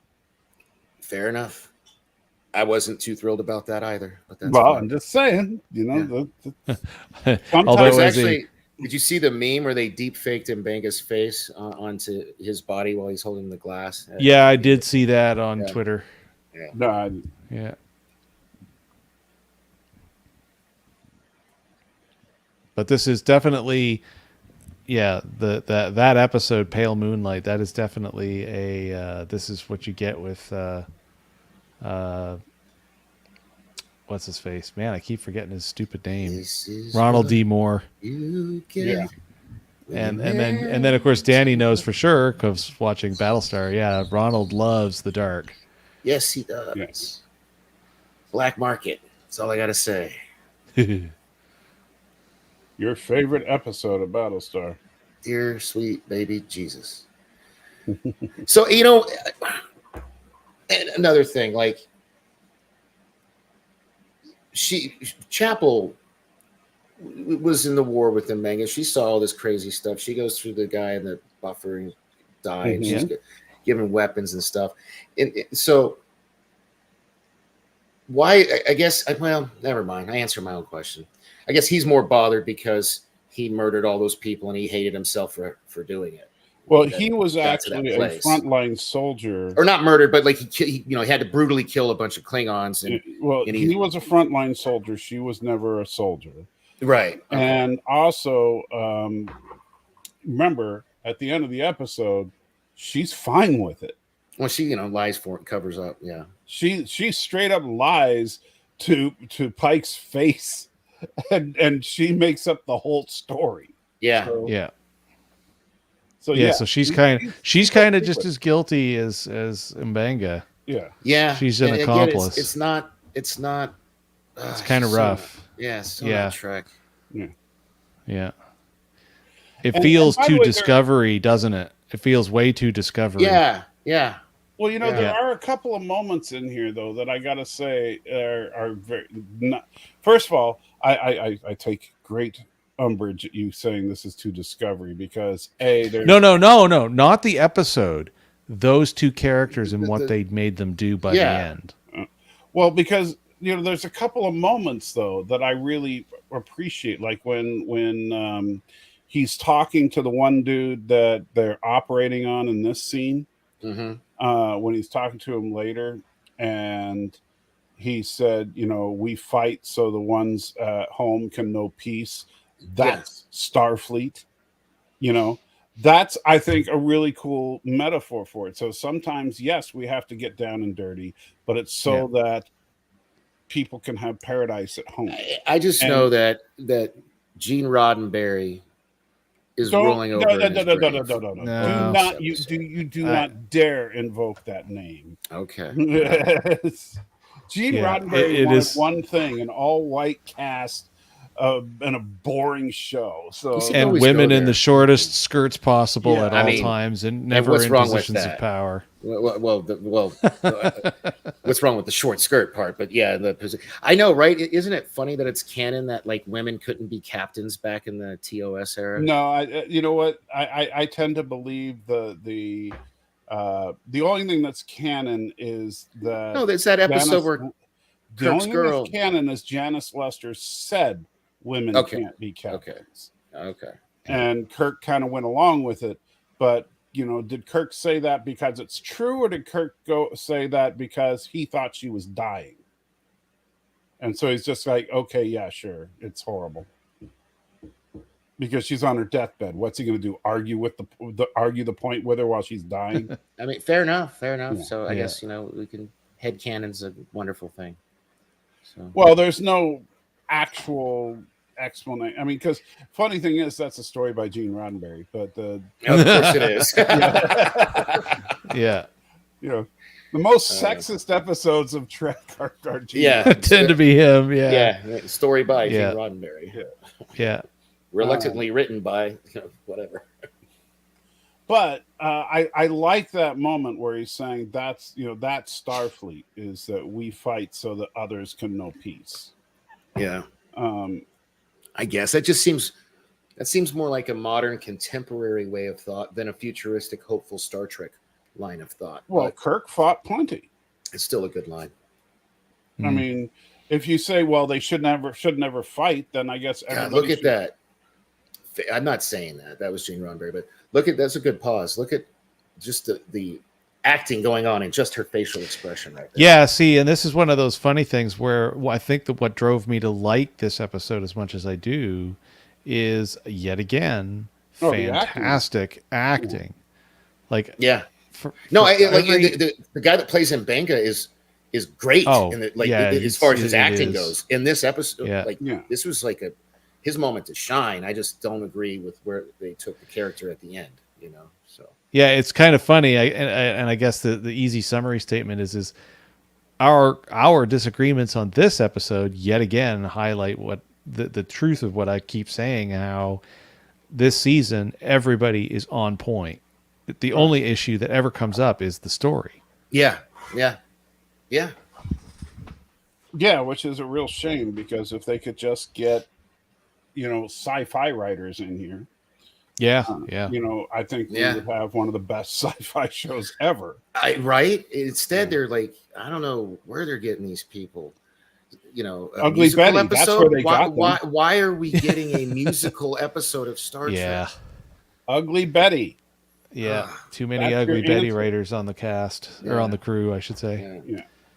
I mean, it's sad but true. I mean, when you hire professional TV show writers, you get TV show spec scripts, and that's what we're getting, unfortunately.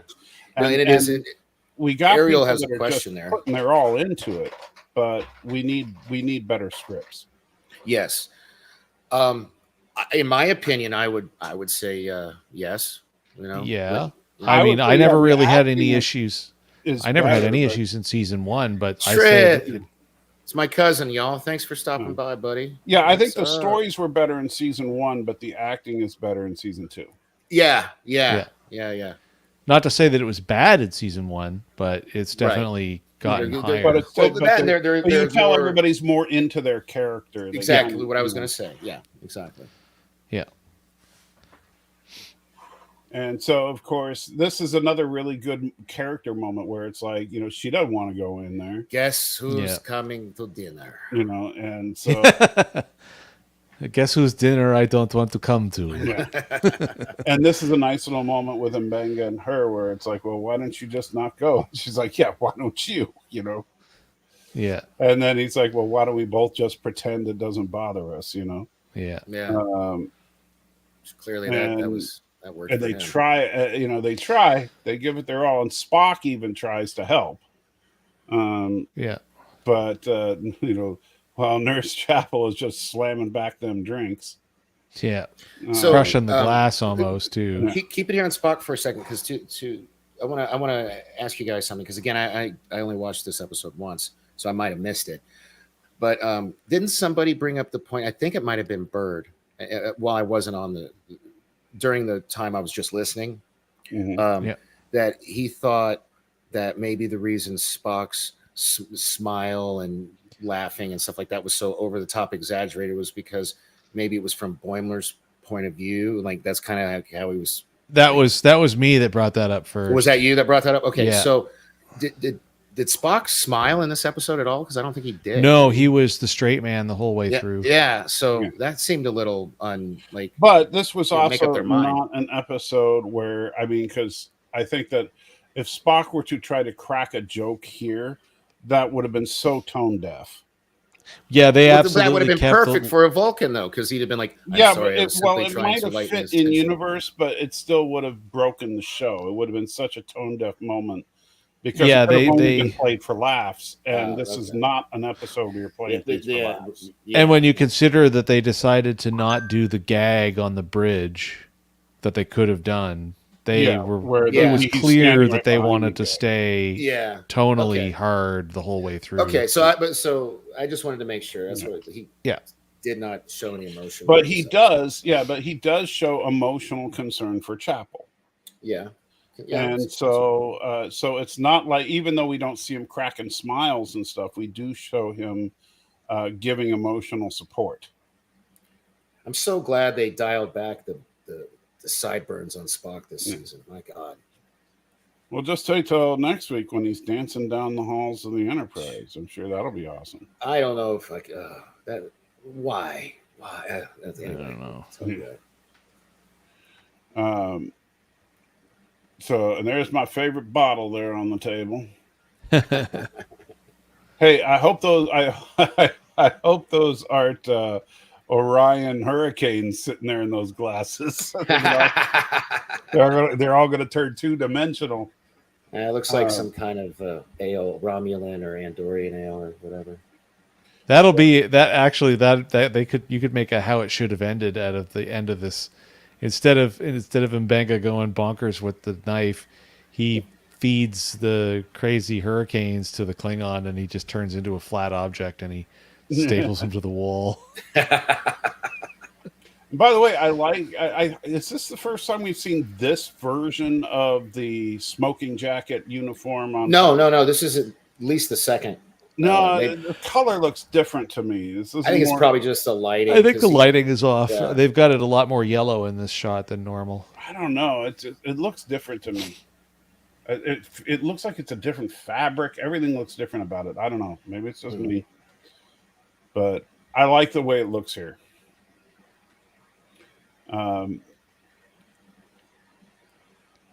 So we've got, Spock continuing to try and console her. Now notice she's got a drink here, and then almost immediately she gets a double whiskey from Mbenga. From Mbenga. So she's putting them away. Yeah. Meanwhile, he's charming everybody because he's a charming Klingon. And so Spock comes over to try and change the subject of conversation to hopefully alleviate some of the stress, but doesn't really work. Every time Spock tries to help when it comes to that kind of stuff, it always seems to backfire on him in this series. And so here's Mbenga talking to the one dude. And every time they show that, just that chaos behind them, I'm like, dang. Yeah. You know? And then there's evil Andorian Spec Ops guy. Yeah. Why is he evil? Well, because he's trying to get him back into the game of Spec Ops when he knows he doesn't want to. I wouldn't say that makes him evil. Sinister, maybe. Yeah. Evil, no. Oh, come on. Although I do love how they double down on the character design. That is and an evil face right He's there. got like a totally gibbed out eyeball with a giant scar. Tell me that's not an evil character right there. Yeah. Yeah. I'm sure if you were to think really hard and dig through movies and TV shows, he's like a composite of a few different characters or something. Yeah.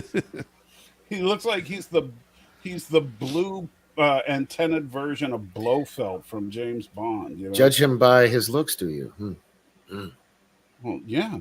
Well, in the case of scars like that, it's the mess he gets himself into. He's in a war. But yeah, obviously, I'll be right back. I'm sorry. you know, It's the stuff with the move. I'm sorry. I'll be right back. We'll talk about evil Blofeld. So yeah, he's. So what do you know? I will give them credit. They never stooped down to mentioning Section 31. Yeah, I was happy about that because if they dropped Section 31 name, I would have docked a whole point on that alone. Yeah. It would have been more cool, frankly, but also slightly member-berry-ish if they had said it was Mako. Yeah, but then canonically they said the Makos have been dissolved by this point. Yeah, I know. So But maybe they would have been reestablished because of the war or something. Yeah, so what I want to know is if there's no Makos, what and Buck is a colonel. So what does he serve in? The not military.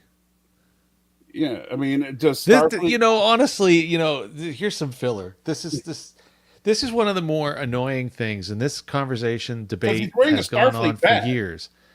Oh yeah, but this whole thing about how Starfleet's not the military except for every time it is. Right. Everything they do is not militaristic except for every time it is. They have ranks. They have tools, phasers that happen to make excellent weapons. There's just all this stuff, and every writing crew for every series has had to tiptoe around the tulips on this every time.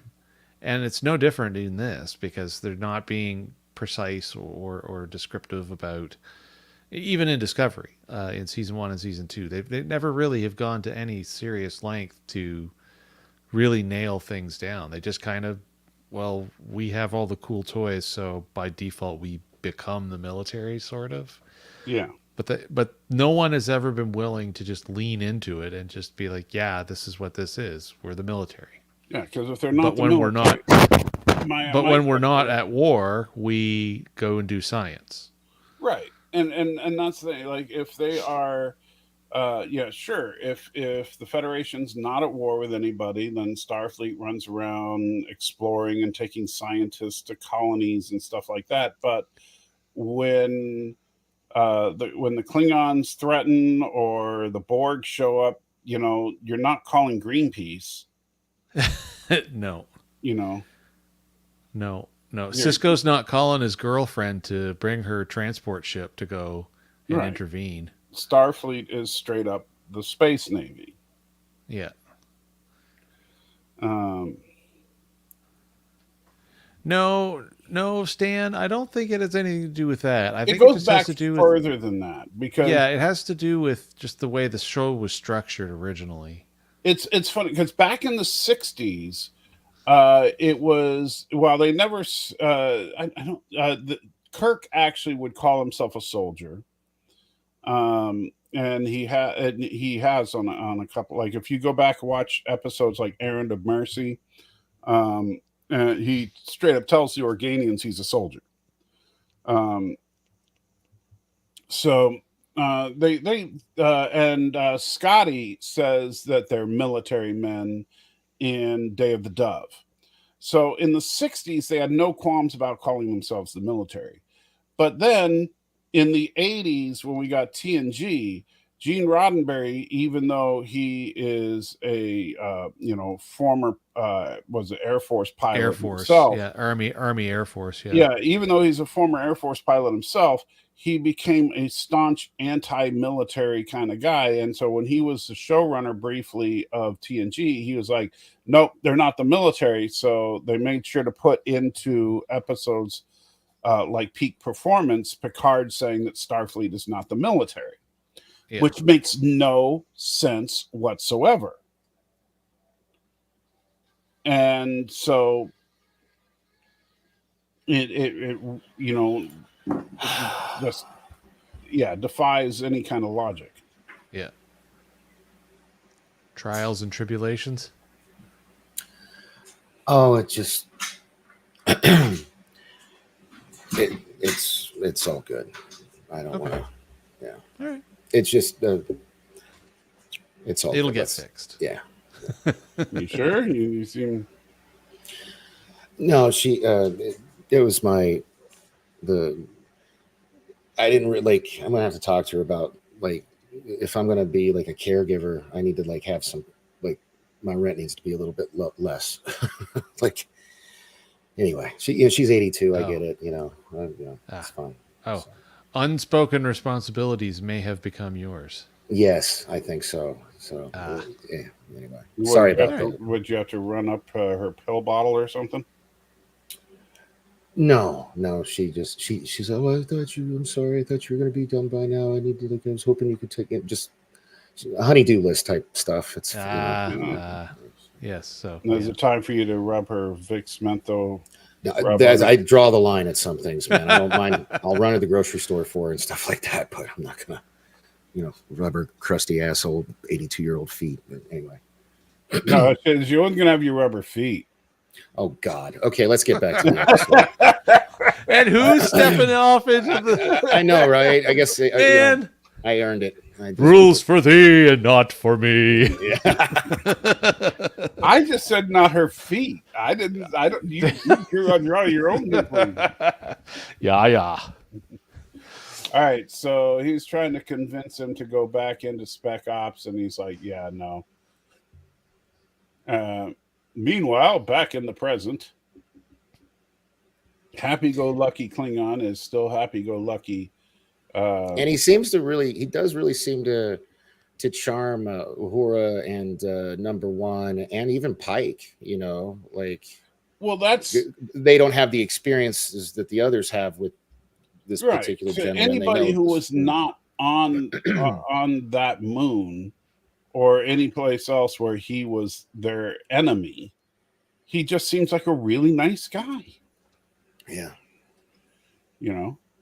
But they're not thinking about what a ruthless adversary he is, Or was. Is. But, okay. Man, looks could kill. Like, these actors, man, they like, I bring this up every episode. So, and even in Battlestar, like with Gaius, mostly with him. Yeah. Like, some actors are just really good at it just acting with their face, emoting. Very much. Well, and I think this was an episode that gave a lot of them a chance to like with Ortega. She doesn't usually get to show her serious side. Yeah. And so here she got to show, And even though I was making jokes about her Romulan racism, that was an alternate reality version of her. So, right. Well, but the funny thing is, war does tend to make people a little xenophobic. Yeah. And so it would make sense that she would be that way. She fought in the war, as did M'Benga and Chapel. So, yeah. While nobody else at the table did. So I got a question for you because I didn't really think about it until this. But remember how Boimler referred to her as a war hero? Yeah. Was it from the Klingon War, or was that like a oopsie on his part, and there's going to be a future war she's a hero in? No, I think it was the Klingon War. You think it was because Klingon War? Okay. Yeah, because we know that she fought in the Klingon War. So Yeah. But there could be another war coming, for all we know. Yeah, I mean, she's not on the Enterprise in the prime timeline during Balance of Terror, so maybe that Romulan War we always hear of but have never seen. Maybe. Yeah, don't get me started about the Romulan War that never happened. Right. So then finally, she's just got to go. She's had enough. She actually has to voice her opinion about it. And Una gets mad at her, right? Isn't this where like Una gets mad down? But to his credit, the ambassador's like, hey, I've heard worse. Granted, we still assume at this point that he's not like his whole thing isn't just like built on a reputation of lies, but so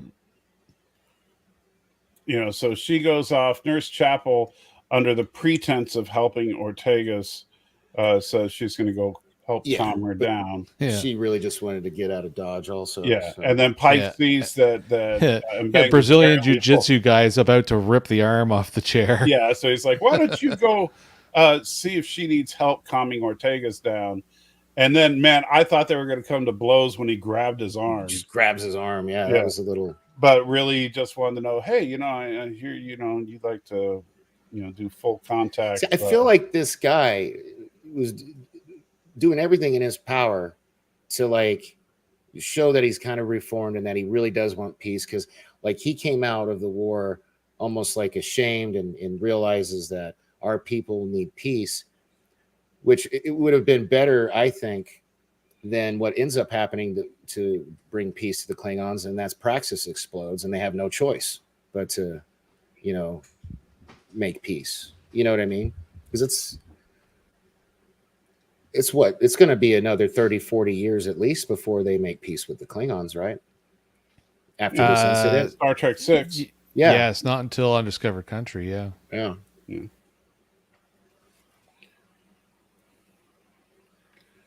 No, the concerned look. Yeah. He's like, He's like, maybe this dinner was a bad idea. There's a thought bubble right there. Yeah.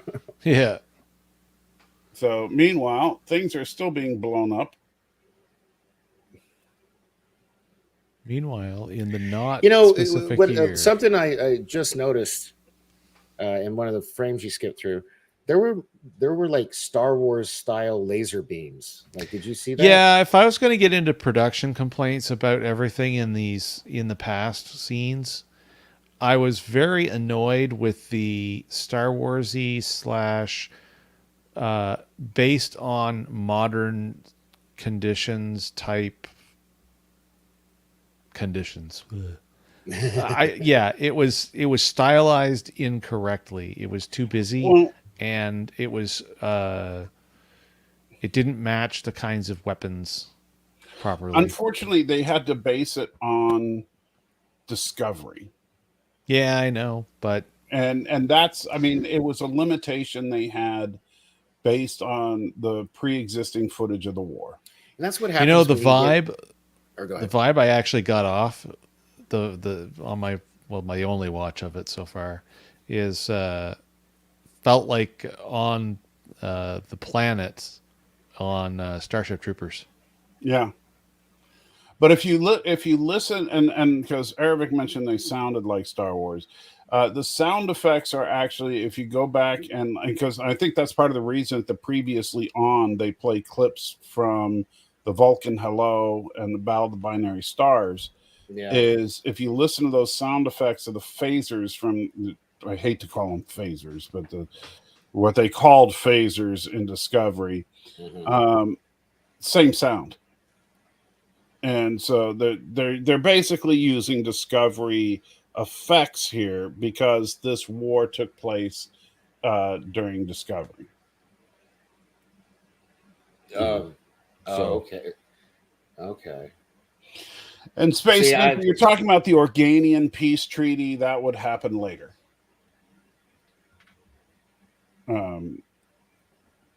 Which why that didn't happen during the big war, who knows? Writing. Yeah. Or it looks like someone punched Bang in the face. Yeah, there's a bad pause. Yeah, a little Bell's palsy action going on there. Yeah. So this is where he gives that little talk about, we fight so that our families can know peace. Yeah. And that's what Starfleet is. And like I said, I thought that was a good moment.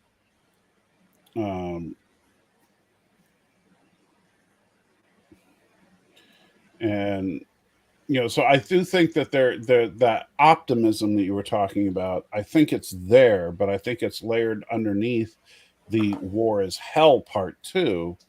Mm-hmm. And the fact that M'Benga has been kind of beaten down by the fact that in his mind, this absolute scumbag tyrant who's responsible for the brutal killing of who knows how many innocent women and children basically is being celebrated by the Federation.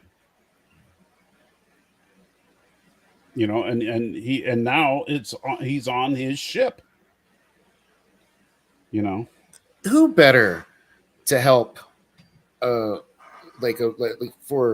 example, who better to help a recovering alcoholic than someone who used to be a raging alcoholic and has successfully kicked the habit for a decade or so?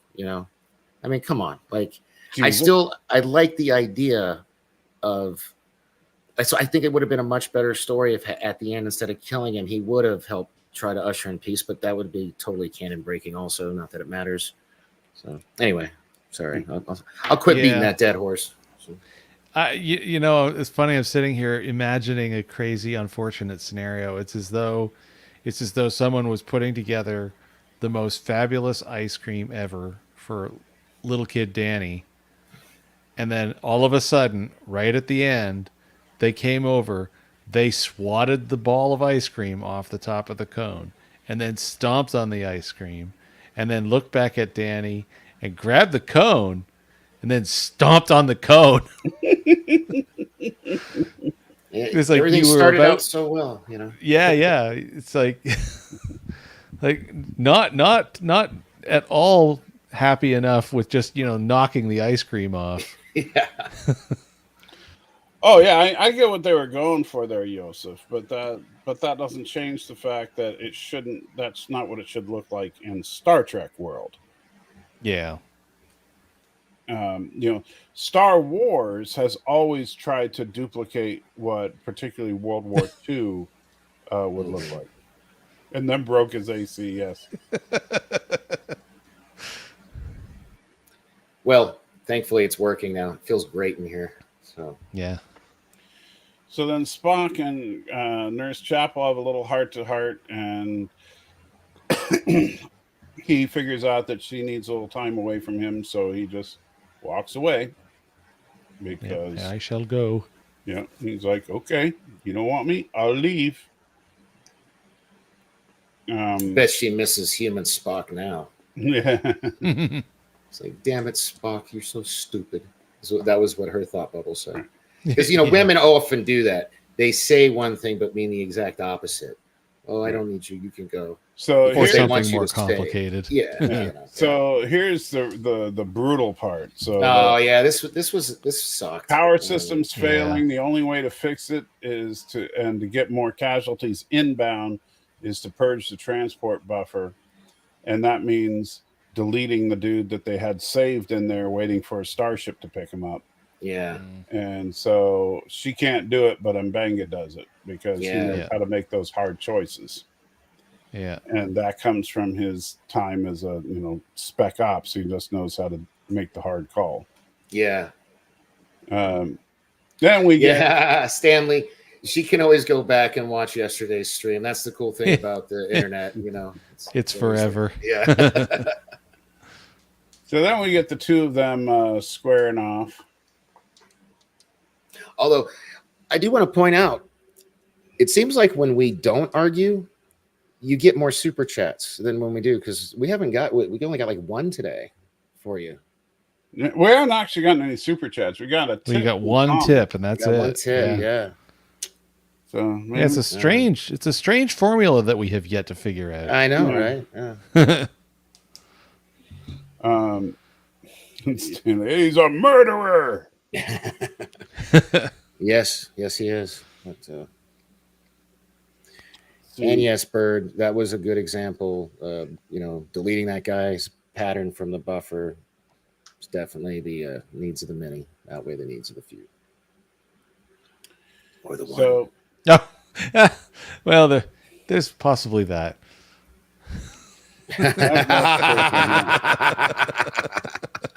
Okay. Touche. So they're getting ready to square off, and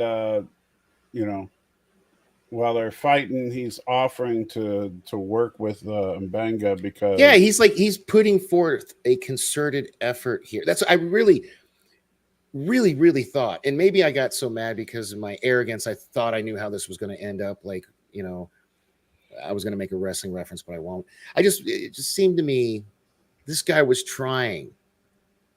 And Mbenga was just not having it at all, But you see, in Mbenga's eyes, he's just trying to use Mbenga to further his reputation, to further his federation career.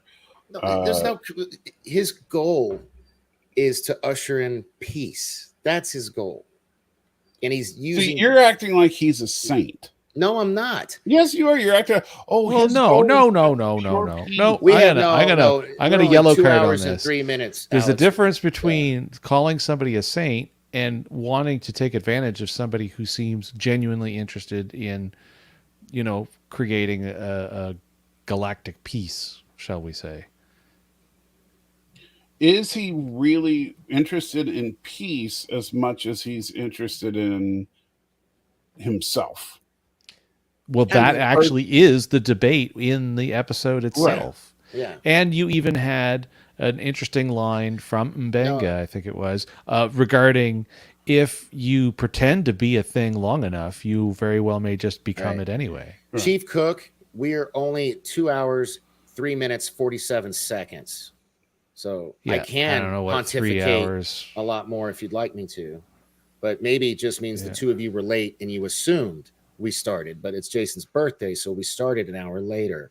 Yeah, we're actually pretty on point with what our show normally runs. Yeah. But yeah, so that's the deal here. Is where is it? Is this guy all about himself? Is he genuine? Has he actually deluded his own self? We never really get to the answer to that question. No. And the one thing I will say that supports your frustration with the way this ended is, honestly, this deserved a second episode. This deserved like a delayed part 2. Something, yeah. Like had they made the season finale the follow-up for this and not killed him right away. Right.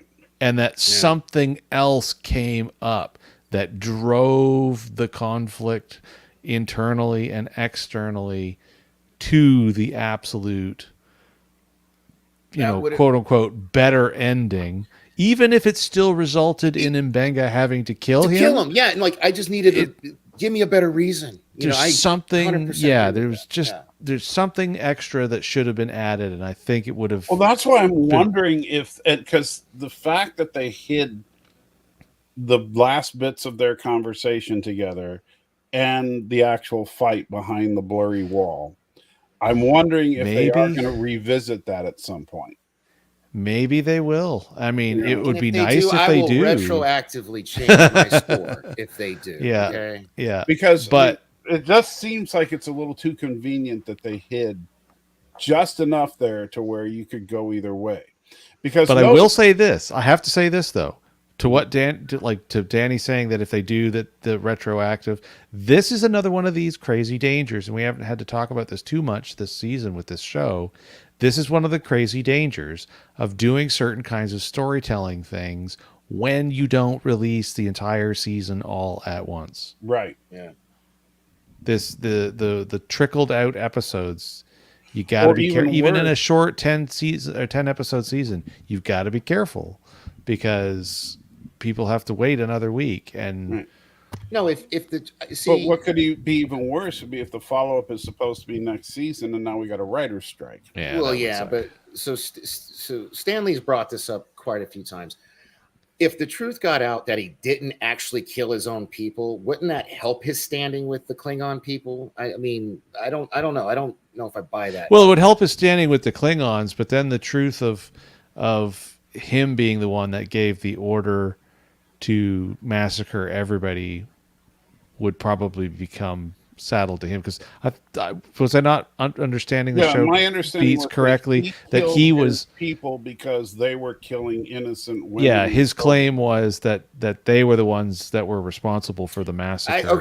I should have watched it a second time because I thought they knew. I thought the Klingons knew that. And the that's Klingons why were like, yeah, he's our war hero. He's a Klingon badass. And that's why he blah, told blah, blah. Pike at the end, "What if I told you it was him that was killing the women and the children, not his warlords, him." Yeah, his warlords were defending him from Mbenga because Mbenga was the one that was sent on cracked out magic formula number 12 or whatever it was called. Yeah. So that's the problem. And yeah, I know it was probably such a visceral ending it stopped you from watching it a second time, but from everything I could gather from this episode, General Dude here, he was the guy in charge of killing all the women and the girls and he gave the order, right? It's not like he personally went out and murdered all the babies. Right? No, but what Mbang is talking about is that he was directly responsible. Yeah, rather than him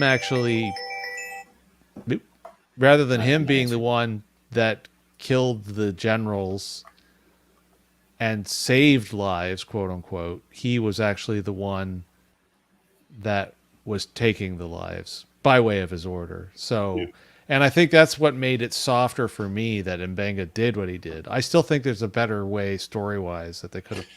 Yeah. But I still think that there's more to be told to this story. Yeah. And if there is, then my rant would be unjustified. But the way that I interpreted the story that was told in this singular episode, the ending infuriated me. So. Yeah. And yes, Stanley, Mbenga was trying to get to him when he escaped. Yeah, his goal was to kill all 4 of them, but the 3 of them let him get away. Yeah. And so what we see here is the ambassador describing how he bravely killed his warlords, even though that's a lie. And he doesn't know he's telling that lie to the person who actually did that killing. Yeah, he has no idea that Mbang is the person that actually did it. Yeah. I am the butcher. Yeah. And look at that look on his face. Really, dog. So, and that's when Mbanga turns the tables on him in their little match, and shows him that you're not such a badass. I'm badass.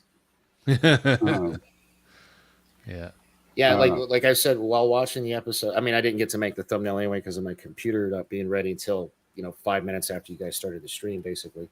But I was gonna, because I'd made that joke before. I was like, yeah, this will be the episode to put him badass on the thumbnail until the end, and then I was just then you were just sour. Yeah. Look at that grumpy cat face. So then, I don't understand the concept of a sonic shower. But I don't understand it either. Although I did love the fun little line in the creation of the Toronto timeline. Oh yeah, when Kirk was like, better. "Oh, so much better." So then we go back to the flashback and we see that everybody's getting slaughtered. And notice there are, and ignored, thank you so much, with another $1. Super tip.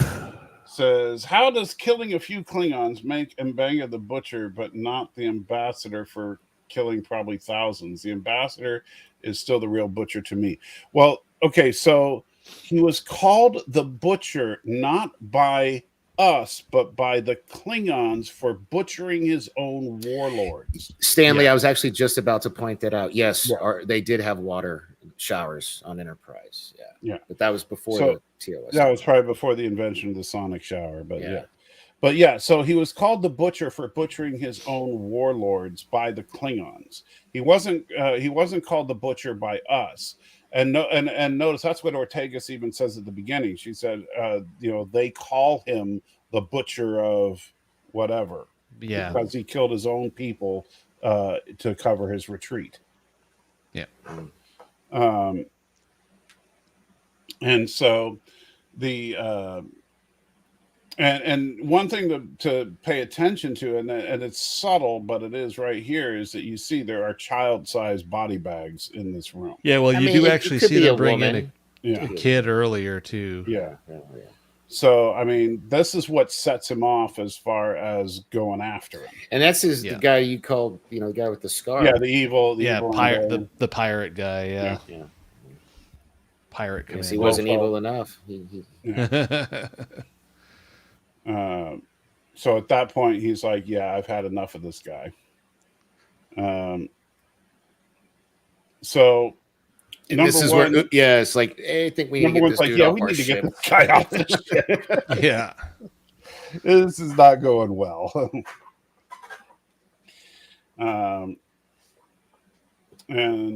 So then he gives Chapel a sample of his super just in case, in case it hits the shan, and take this and be, be awesome. Yeah. And then he says, okay, and this is how you can find me. Don't beam me up until you have to, because I'm going for it. And she's like, okay, go, you find who's responsible and make them pay, because she's seen the women and children and all that too. Yeah. So, and I think that's why she's complicit at the end, is that she knows what it's different. Like, again, like for the characters that had personally been through it, they have a totally different experience than the characters who simply just read about it or heard about it secondhand. You know what I mean? So I get it. I actually had less of a problem with what she did than what he did. Oh, what she did was just as bad.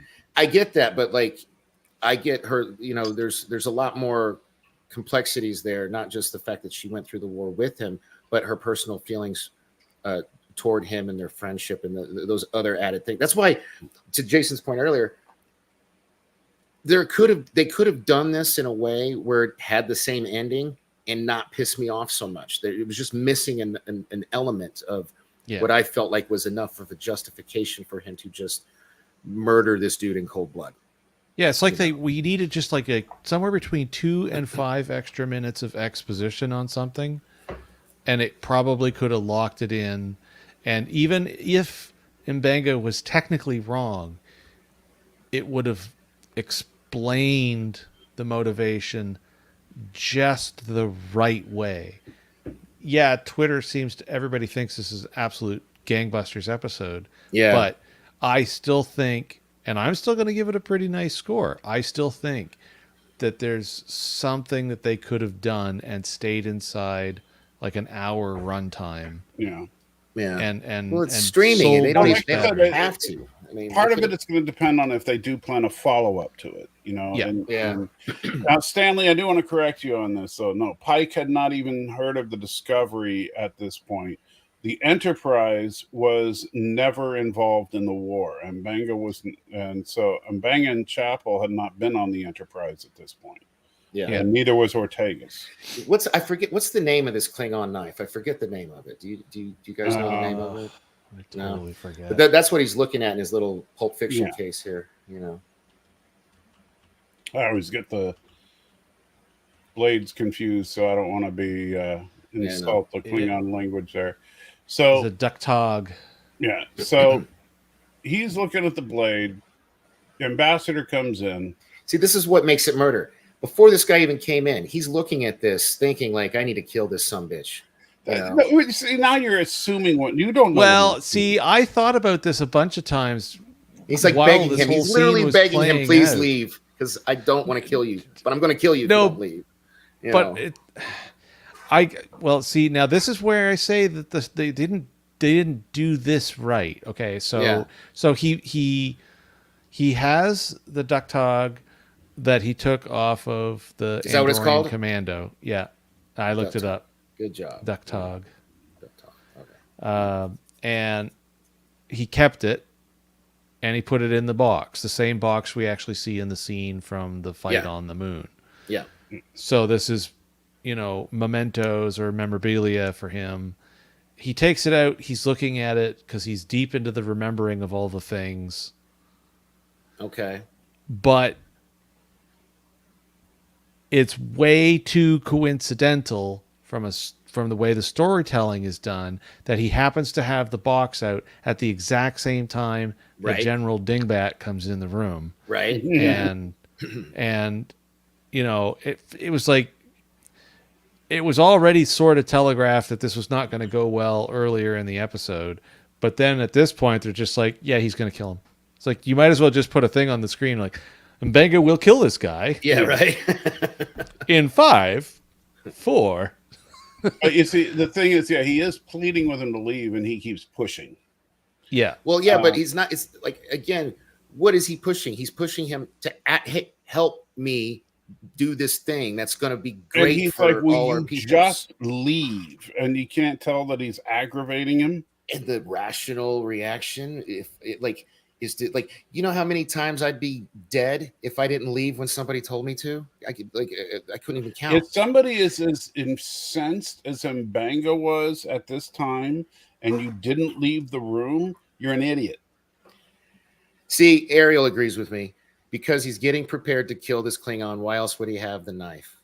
Well, but we don't know that. He knew that the Klingon was about to come in. So, but now this is where we're going to start. Where I'm going to start picking the episode apart a little bit, and this is this issue that I've been saying about how everything about this episode is almost perfect, except for everything that has to do with the specific motivators that bring us to the I was really hoping you were going to get it paused on like when it either goes through the like on a plunge through the guy or in the head, because those two shots were like, whoa. So Mbenga used that knife to kill those 3 guys. Chief Cook, in a rare occasion, I agree with you. That would have been a better solution than killing the guy. But anyway, he's not in a rational state.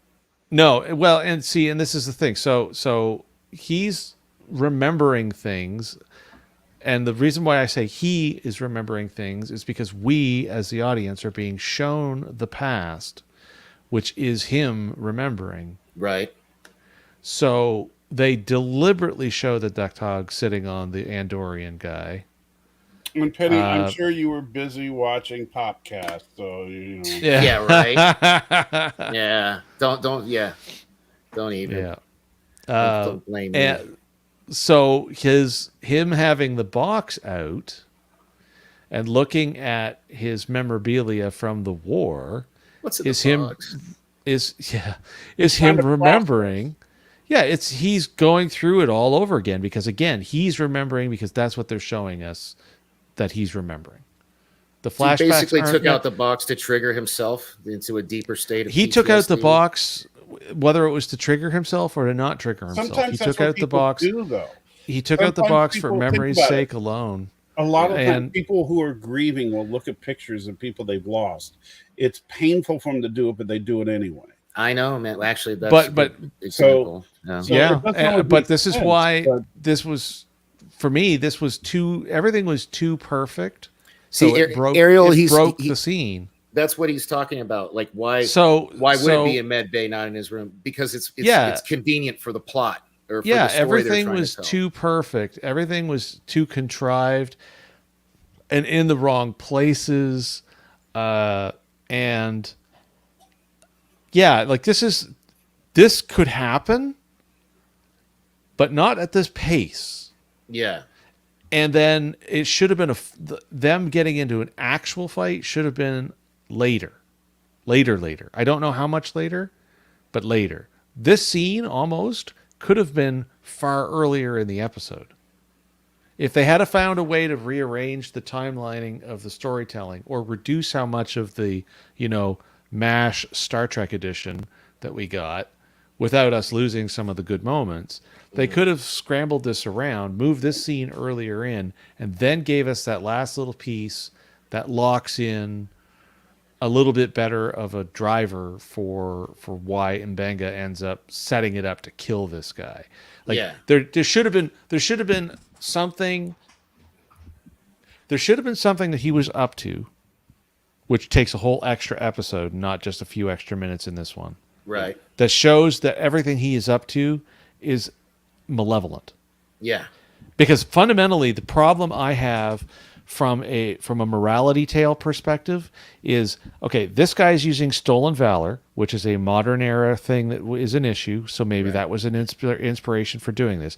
He continued to operate under the premise that he was the guy that was doing good, and he killed the bad guys and then defected. But the reality is there has been no presentation going on in here that this guy was actually seeking to achieve goals that were antithetical to the Federation. Thank you for articulating so well what I could not, because so there just needed to be not a lot. Like, it doesn't even take that much. It could be like a slip of the tongue or something. And yeah, we don't know what went on behind the glass. Maybe they'll do something with it. But it just sucks that they brought it right up to this level in this episode, and then they just kind of went, plot says go forward. Right. And then things happen, and then more things happen. Well, and I think that part of it was that they're probably thinking that the stolen valor was enough to make people realize that there's something a little more nefarious to this guy. Maybe. And I needed more. It wasn't enough for me. I don't know why. But that's Kadish has used this a term where it's like, don't treat your audience as idiots or something like that. Like, there's I think they should have been more honest with the viewer with the way they were doing things. Yeah. Again, I'm still not going to hold this episode down. Like, he's not even scoring, he's not being threatening. He's asking him for help. In fact, when he had his hand reached out there to him, he's practically begging him, "Let's work together. Why are you being like this?" And, I don't know. But this is where now, and this is the problem. It cuts away, and when we cut back, so when we, I can't play it, but when we see when he touches him on the shoulder, and his back is to him, but when we go to the other side of the glass, they're facing. I'm gonna play it. I'm gonna play it here. Yeah. They're facing each other. There's no apparent, we don't know exactly what happens in between. So here's how it played out in my brain, and you're right, because of the glass. He had his hand. Klingon ambassador has no idea he's got that knife, and then Mbenga just takes the knife, turns around, and guts him. That's exactly that's not what. Well, happened. we don't know what happened because no, that's clearly not what happens, because what you do see through the glass is a struggle, not a single stab. And in fact, you never see. Maybe he got stabbed in the gut and he starts to struggle because he's they not got redundant. In the gut. They got redundant. He's never stabbed in organs. Well, where's he stabbed? I don't even know where he's stabbed. High chest. High chest. Okay. Yeah. Please okay. So it goes like this. It goes, please let me have a chance to help you heal. That's when the general puts his hand on Mbenga's shoulder. And then he goes, please stop. And then he goes, I said no. Ra says, don't be stupid. Mbenga grunting, you're a war criminal. And then that's when this is, of course, we've definitely cut at this point. All we're seeing them do is go back and forth. Ra, don't you see it? M'Benga, get your hands off. Don't you see it? M'Benga, so selfish, a human. Don't. And then he falls down. And, of course, Chapel actually only came in. See, Right. So she you didn't even reading that dialogue off is only strengthening my position. Yeah, of, that's like, why I Well, say, like, M'Benga's saying get off. No. Sounds yeah, like but if you actually play it and you play don't play it here. I know you don't want to trip the auto censor, but everything that we see. Hey, guys, hold up 1 second. Somebody's knocking on the door. Yeah. now I got to bring it up on Paramount Plus on another browser, you jerk. Yeah. So I can see the subtitles there.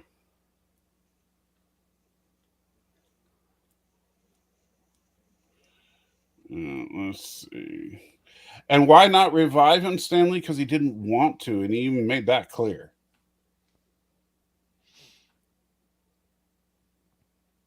You know, he did make it very clear that he had no regrets. So, you know.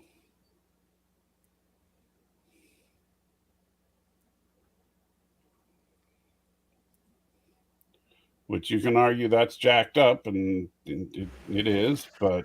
I was talking the whole time and you guys didn't hear me. Sorry. I didn't realize it was muted on the thing. So, yeah, you got to, like, everybody, I mean, maybe we can end up, this could be like a piece of another day follow-up or something without us having to, you know, go full dead air and all run off to a corner to watch this. But rewatch this scene a few times. And although it didn't smash my ice cream, the thing is, it's still, it wasn't good enough for me. It wasn't okay. You know what? Let's use a proper writing term for this. As far as I'm concerned, what happened here was not earned. It was not. It wasn't. And there's enough that goes on. There's enough that goes on that lets it happen, and clearly the internet has spoken, and they like this episode. However, I do not think that this was earned. They are missing a component. I don't know what it is. It's like making spaghetti sauce and forgetting what specific spice you need to throw in there to make it punch. But whatever it is, I just don't see it. I still love the episode, but I just don't see it. Here's my problem. Okay, so I'm looking, and you know, so what you're saying, you know, when he said you're a war criminal, Ra says, "Don't you see it?" and M'Benga says, "Get your hands off." And well, at that point, and remember, and then the stab happens. He stabbed an unarmed man who was basically asking him to help in his cause. Who he was acting in defense.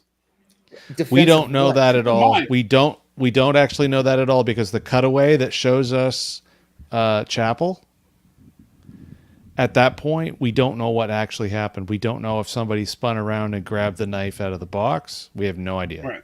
Because the only thing that he was doing before, the general, was a hand on the shoulder of and asking him, "Don't you see?" Like I took the "Don't you see?" of a fellow hurting man. You know, basically, it was like a gentlemanly embrace of sorts. That's not a full-on hug. That's the only kind of physical contact he was ever making with M'Benga. But what was the description given? And granted, I know Chapel was speaking. I mean, obviously, she didn't actually witness everything. But if you listen to her description, and you listen to M'Benga's description, he called him a war criminal, and then he attacked. And listening and reading the dialogue, that lines up. Yeah, but Ra says, "Don't you see it?" And then M'Benga says, "Get your hands off." It's just it's broken. It's way too. Like, it's way too. It's just broken for me. Like, I'm just saying. I can see how why you would could he think say that get your hands off? because he put his hand on his shoulder. No, he didn't even want this guy touching You're him, not- and that yeah. was already that was established in the way the show was This done, the is way the way acting after was the done. hand on the shoulder. The way before that, it was established that Mbenga didn't want this guy touching him at all. Right. Because when he left the room at supper, the general grabbed his arm only to stop him so he could ask him if he could go and, have judo with him. Mm-hmm. And Mbenga is like, I'm going to poke your eye out with a fork right now if you don't take your hand off of me. Even though it was never said, it was beyond clear that was what was going on in that scene. So for him to show up anywhere and touch him, especially after their little sparring, that was a major mistake for the general. Like, he should have been reading the room better if we were going to use it. Yeah. Release the footage. Terms. Shouldn't there be some kind of security camera footage of this? Yeah, don't they always magically have all the footage of everything all the time? Like, come on. Right? Come on, man. The problem is where's my simply safe? when you were saying like he was doing the kindly thing, no, it was way past that.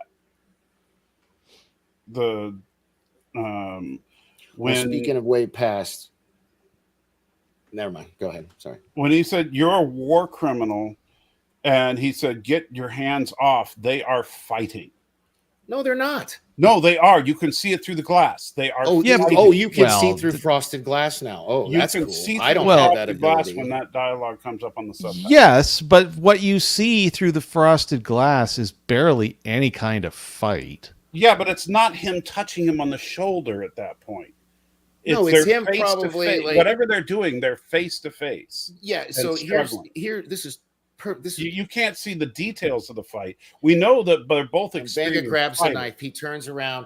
He stabs him. The guy's got his hands on his shoulders, and he drops dead. To me, that's what it looked like through frosted glass. But I don't have X-ray vision, so I don't know. So maybe your interpretation is you thought he was trying to choke him to death or something, and he didn't know he had a knife. And then So I don't know. Like there's.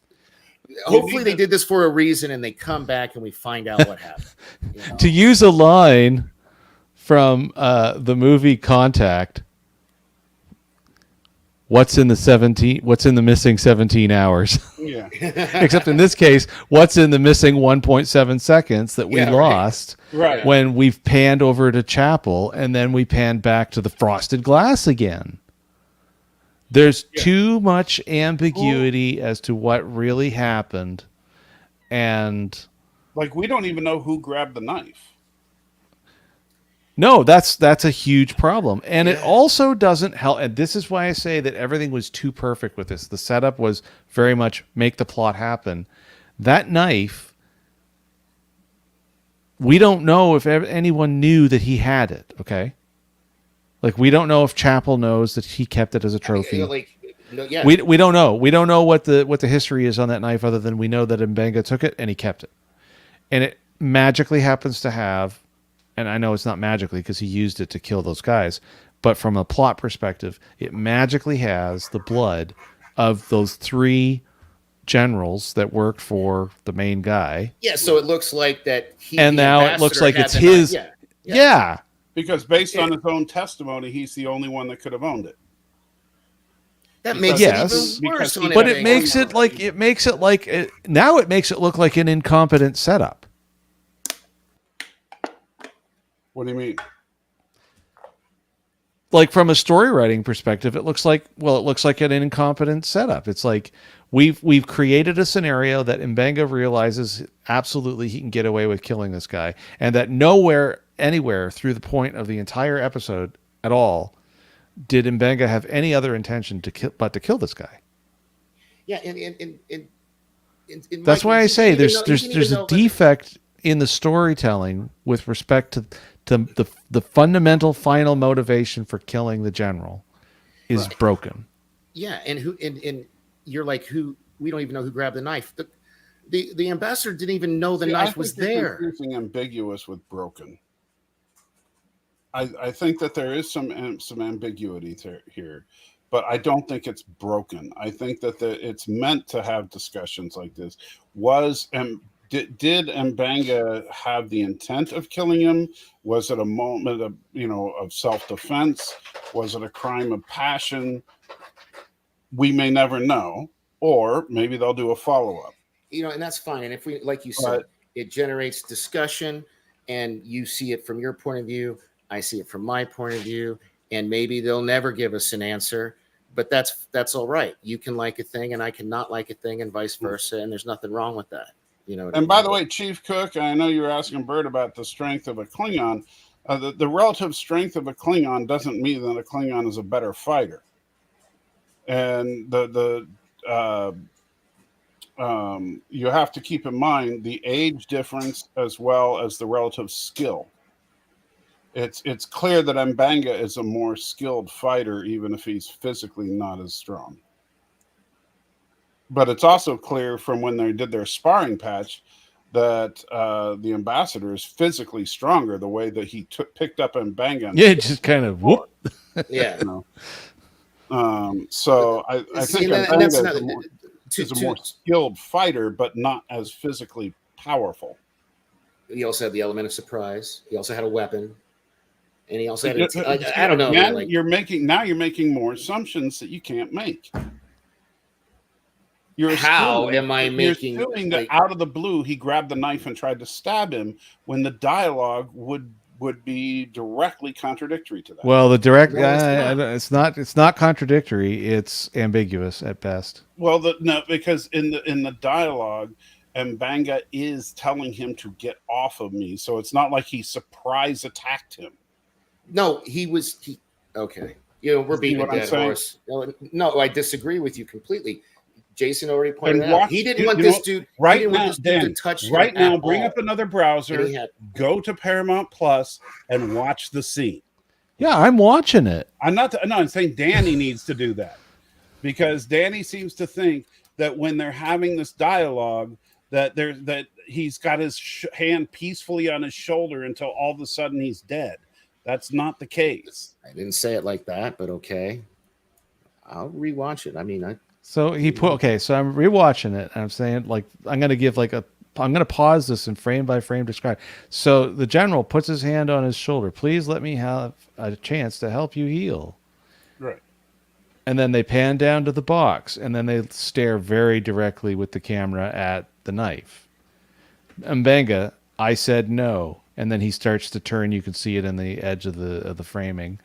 And then he turns around fully, and at this point, before we cut to the frosted, we get Raw grunting.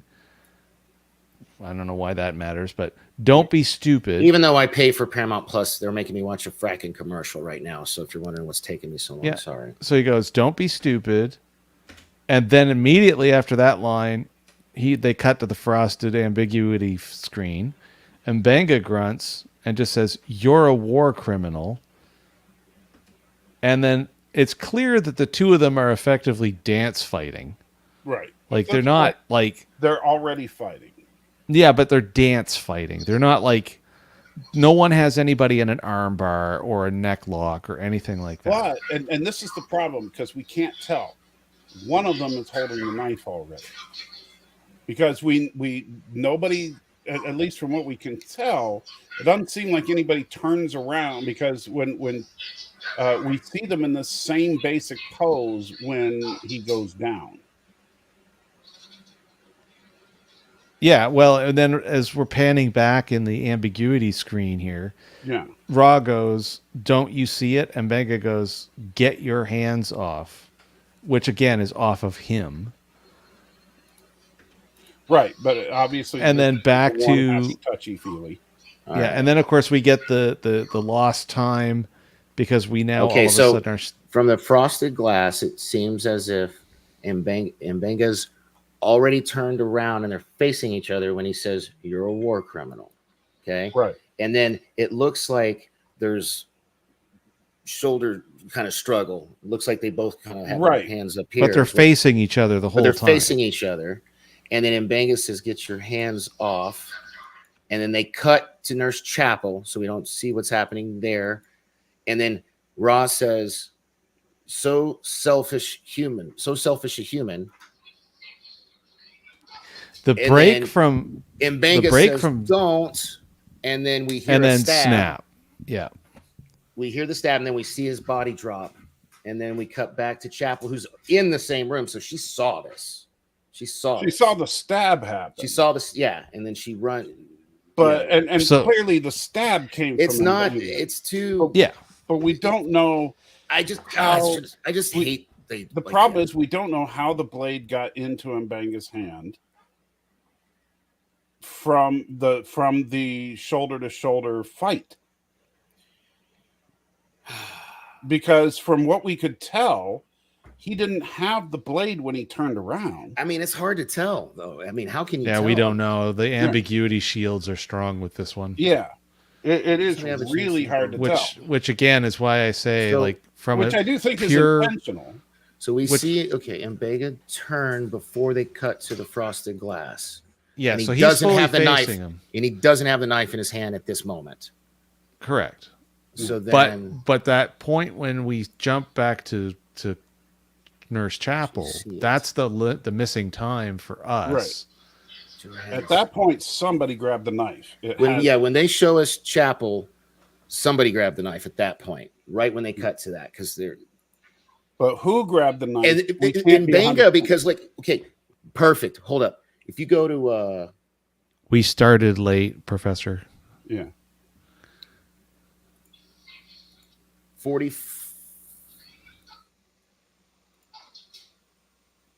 Yeah, so you can see it's Mbenga. I mean, it looks like it because you see him turn. You see he's on the left. You see him turn around back toward the table, and then turn back around to Raw. It doesn't look like the motion that's going on in that moment that you're talking about when you come back from Chapel is that it looks like Mbenga is re-engaging because of the way his legs are moving. It does, and yeah. Now that could be him, though. Again, if assuming their story is if what he's saying is an accurate description, he could have turned around to grab the knife and then stabbed him. You could even make the argument that because he says so selfish a human, and then Mbenga says don't. I mean, we could have a third point of view where he kills himself to start something to get. I mean, like it's just too, I don't know. For me, open, it's like, just the way it closes out is for me it is the weakest part of the entire show. So somehow he gets stabbed and unalived. Yes. And then they confirm that the blood on the dagger has all of the warlords as well as his. Whoa, isn't Klingon is blood supposed to be purple, not okay? red? I actually came this close to making a big old thing about that at the intro because outside of Star Trek 6, no. Yeah, we've never. Really? We've It's never. only Star Trek Yeah, 6 if you that's actually go and watch all of TNG, DS9 during the Enterprise, Voyager, it's all over the place. Yeah, DS9, you watch all the changeling stuff with the go cut your hands and all that stuff. It's red. It was never purple like it was in Undiscovered Country. Yeah, it's just Undiscovered. So if anything, Undiscovered Country is the one that has bad continuity. If we go by votes on appearances, yeah. Star Trek 6 is out of order. But I was going to say with the blood of everyone on there, it's like perfect circumstances are perfect. Yeah. Which again, for me, that's why I say this whole bit is the weakest part of this episode. So they so then Pike comes in and says there's probably going to be an inquiry on this. But yeah. And then we get our little speech about justice and the fact that he's okay with what happened because of the fact that this guy was basically a horrible, cruel person that the Federation was just going to celebrate and let get away with it. And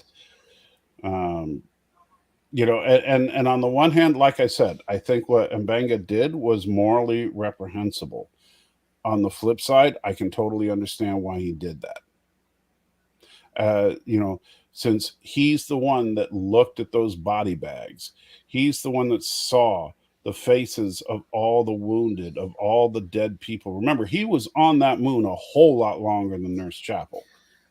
And so he was deeply traumatized by what this guy did, and he saw nothing but murder and mayhem committed in this guy's name.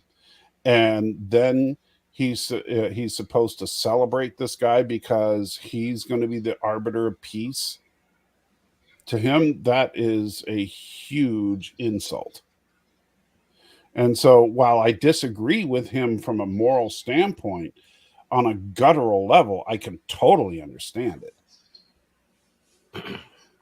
It would be like one of those things that, hey, if, you know, I think that, you know, murder is absolutely wrong, but I can honestly say that if someone messed with my family, I would have a difficult time not wanting to go kill that person, right?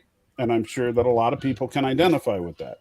If somebody did something to your kids, if somebody did something to your spouse. Okay, but it's not up to him. Like, so right now, No, it's not up to him. Exactly where you have this pause. He says, what if I told you he killed children, not his men? And then what if I told you I started the fight? Would that be so bad? Yeah, it would. You're not the judge, the jury, and the executioner. That's not your call. Is what Pike tries to get across to him too in this scene. Right. And he even responds back to him. Due process. Pike has no probable cause to arrest him. Yeah, that's the problem. Everything is too, but that's why this part of the episode breaks down for me. Is it's too perfect. So they have the moral conundrum conversation at the end. This will be debated, you know, through the centuries kind of conversation.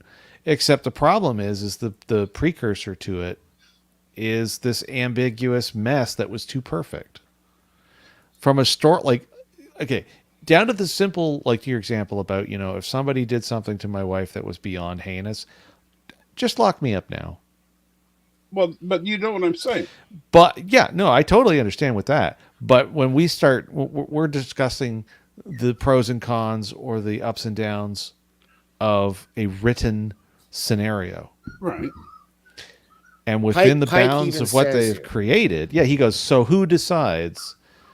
And then he says, who pays and who gets redemption? Deserves. Yeah. Where's the line? Yeah. So that's why I say they tried to do something. They almost nailed it.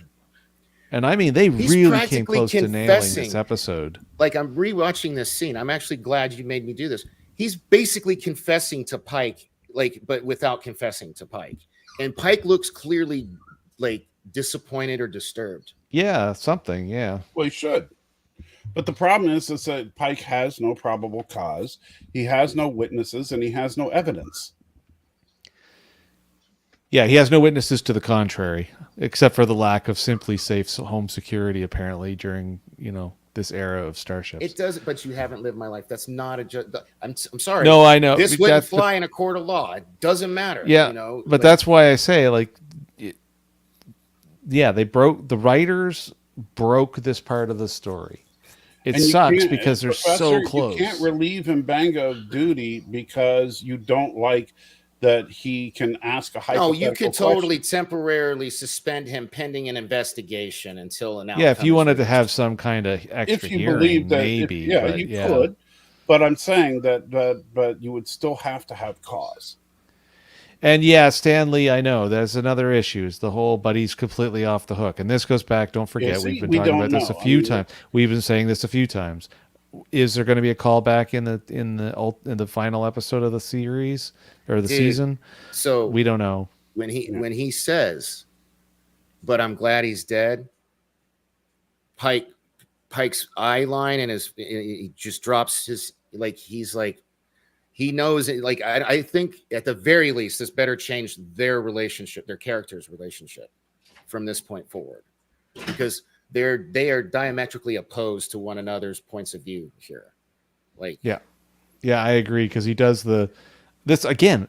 Excellent acting in this whole everything. Like the level of like they're acting with their entire body that goes on from all these people, which again can be very much credited to the directors of these episodes because honestly, it does require that. And then he like but when Pike either way goes to walk off, he does he makes like almost like a grumpy cat face with a little bit of a sigh, and then walks he off. dismisses himself. Yeah, and But then we get the we don't know what's going to happen ultimately in the future with this, but I hope they do follow up with it. But I think that they've done one thing that they have done this season is they did build up that there was something behind those eyes on Mbenga, and now we kind of know what it is. Yeah. And so the question is, are they going to continue to follow up with that? Because like season 1, Mbenga was just a happy-go-lucky doctor, and that this season with a very sick kid. They wanted to do something a little deeper with the character, which I appreciate. But now, are they going to follow this up with, with something moving forward, or are they just going to drop it and have him be happy-go-lucky doctor again? I hope not. Yeah, I guess, like I said, if this is addressed in the future, I will retroactively change my score. But I actually do need to go ahead and get to, I don't know if you want to show the little bio bed saying malfunction. Oh, yeah, the last shot. Right. So then, they walk the metaphor back in here. Yeah. Right. Yeah. So then to finish up the metaphor, he goes back to fixing the bio bed, and it's system alarm. Yeah. So it's still broken. Yeah, he's still defective. Which maybe that was the way of the writers saying that Mbenga knows he's guilty AF, and right. Yeah, and then boom, credits. So Right. And so we shall see what happens in the future. That's the only real. All I can do though, since this is supposed to be episodic television, this is supposed to be a self-contained episode, is I can only give the score that I feel this episode deserves. And that goes back to what I was grumbling about yesterday again, right? Even though I loved the episode, these old scientists, it's that. Oh, I mean, clearly I love. Are you going to make me go first again? Yeah, of course. This nonsense. I'll close this out real quick. This whole nonsense about this supposed to be being episodic, except it's not. Yeah. Well, it's episodic with continuity. I mean, it is episodic in that. Well, this is like each episode is a self-contained story, but they're also each episode takes place in the same continuity, which is something that they didn't do as much back in like the 60s and even the 80s. Exactly, Professor Brainy Specs. I guess you got here late. That's what I've been saying this whole time. This is and they were trying to sell that actually with what Pike was saying as his foil back at Mbenga, but I just don't think they did it right. I think Pike had a little bit of it, and I think Mbenga did a little bit when in that speech that he gave to the one guy that I talked about before. When I think that was actually probably one of the strongest moments of the episode for me. Yeah. So the sacrifice of Starfleet. Yeah. Yeah. So Ariel, this is actually one of my designs. So you're absolutely right. It's a Big Trouble in Lego China shirt. It's the movie poster, but they're all Lego characters. And you can actually own one of these t-shirts or a tank top or whatever. If you go to my t-shirt shop, mixtees.com/Dork Knight LV. Just like my Twitter handle. So I guess that can be today's sponsor. I'm giving this episode, and I feel like I'm being kind. I'm giving this episode a 3, which is the lowest episode I've ever given, Strange New Worlds. And only if something happens in the future that makes this better, but I don't think it will after you made me rewatch that. It kind of made me double down. Like, this is my least favorite episode ever of Strange New Worlds, and it's a bummer because I really enjoyed it up until probably like the last 5-7 minutes or whatever. Yeah. So that's pretty much it. Well, first off, before I jump into it, Stan Lee's got this just rolled into the stream of consciousness. I totally would support Danny's score based on that. Because there's something that people need to keep in mind. You can have an excellent episode or an excellent movie, and then all of a sudden you can actually ruin the entire thing in the last 2 to 5 minutes. Yeah, It's you can absolutely crap the bed. possible. Yeah. Just crap Yeah. the bed. Yeah. So for me, I actually give it a 7. I could sit down and rewatch this a couple times to tear it apart. I'd go higher if it wasn't for the ham-handed way that they handled the whole Mbenga and General Ra. Like I was unimpressed because it was at first for me too telegraphed, and then ultimately in the end too perfect, too contrived, too many things that were coming together, which makes me dig out one of my favorite sayings of coincidences are hard to plan. So, Bird of Prey. This episode was ruined from the moment Discovery appeared in the previously on. the previous one. Well, you know what? Until these guys told me, Bird, it wasn't ruined for me. I didn't get to see the Kling orcs until I was told that they were there, and then I did go in and check, and dang it. See, now I almost want to lower my score. I got Professor Brandy Spice gave it a 2, Bird of Prey gave it a 1, I gave it a 3. Man, I'm still too soft. And Eric, thank you for the $5 Super chat. and says he gives it a 6 out of 10 for the North Face tent. All right. Well, thank you. Got to give the product placement there. Right. Well, I actually thought this was a very good episode. I think that the positive optimism of the Federation was hidden somewhat, but it was there. I really liked the fact that Mbenga was trying to hold on to it, and despite the hellish landscape of war, when he was telling the one kid that we fight so that others can live in peace. That's what Starfleet is. I love that line. And so, I gave it an 8. I really thought this was one of the better episodes this season. I think this was, to this series, what a lot of people think In the Pale Moonlight was for Deep Space Nine. It was definitely a dark episode, but a dark episode doesn't make for a dark this show. Still cumulatively, this got a better score than the Human Spock episode. That's good, because the Human Spock episode was garbage. Well, we all graded it low, I guess, just not as low as I don't know. Binged on this one, yeah. So I thought this was a solid episode. I thought the Human Spock episode was absolute garbage. I gave that one a 5, I think. I gave that one a 5. Like if I had been working today and I had been in an extra crusty mood, I might have given this a 6 or a 5.5. But yeah, it's all day good. off on your birthday, it was all fat and sassy. Yeah. And I'll tell you what, since Professor Pranny Specs wants to get a little snarky there, I would have given it a 7 until you put into the comments that it's not Star Trek, and then I gave it a 1 point bonus just because you put that in there. So with that, remember, you are the salt of the earth. I am the salty trekker, and today is Jason's birthday. Happy birthday to you. And Danny should not sing. Oh.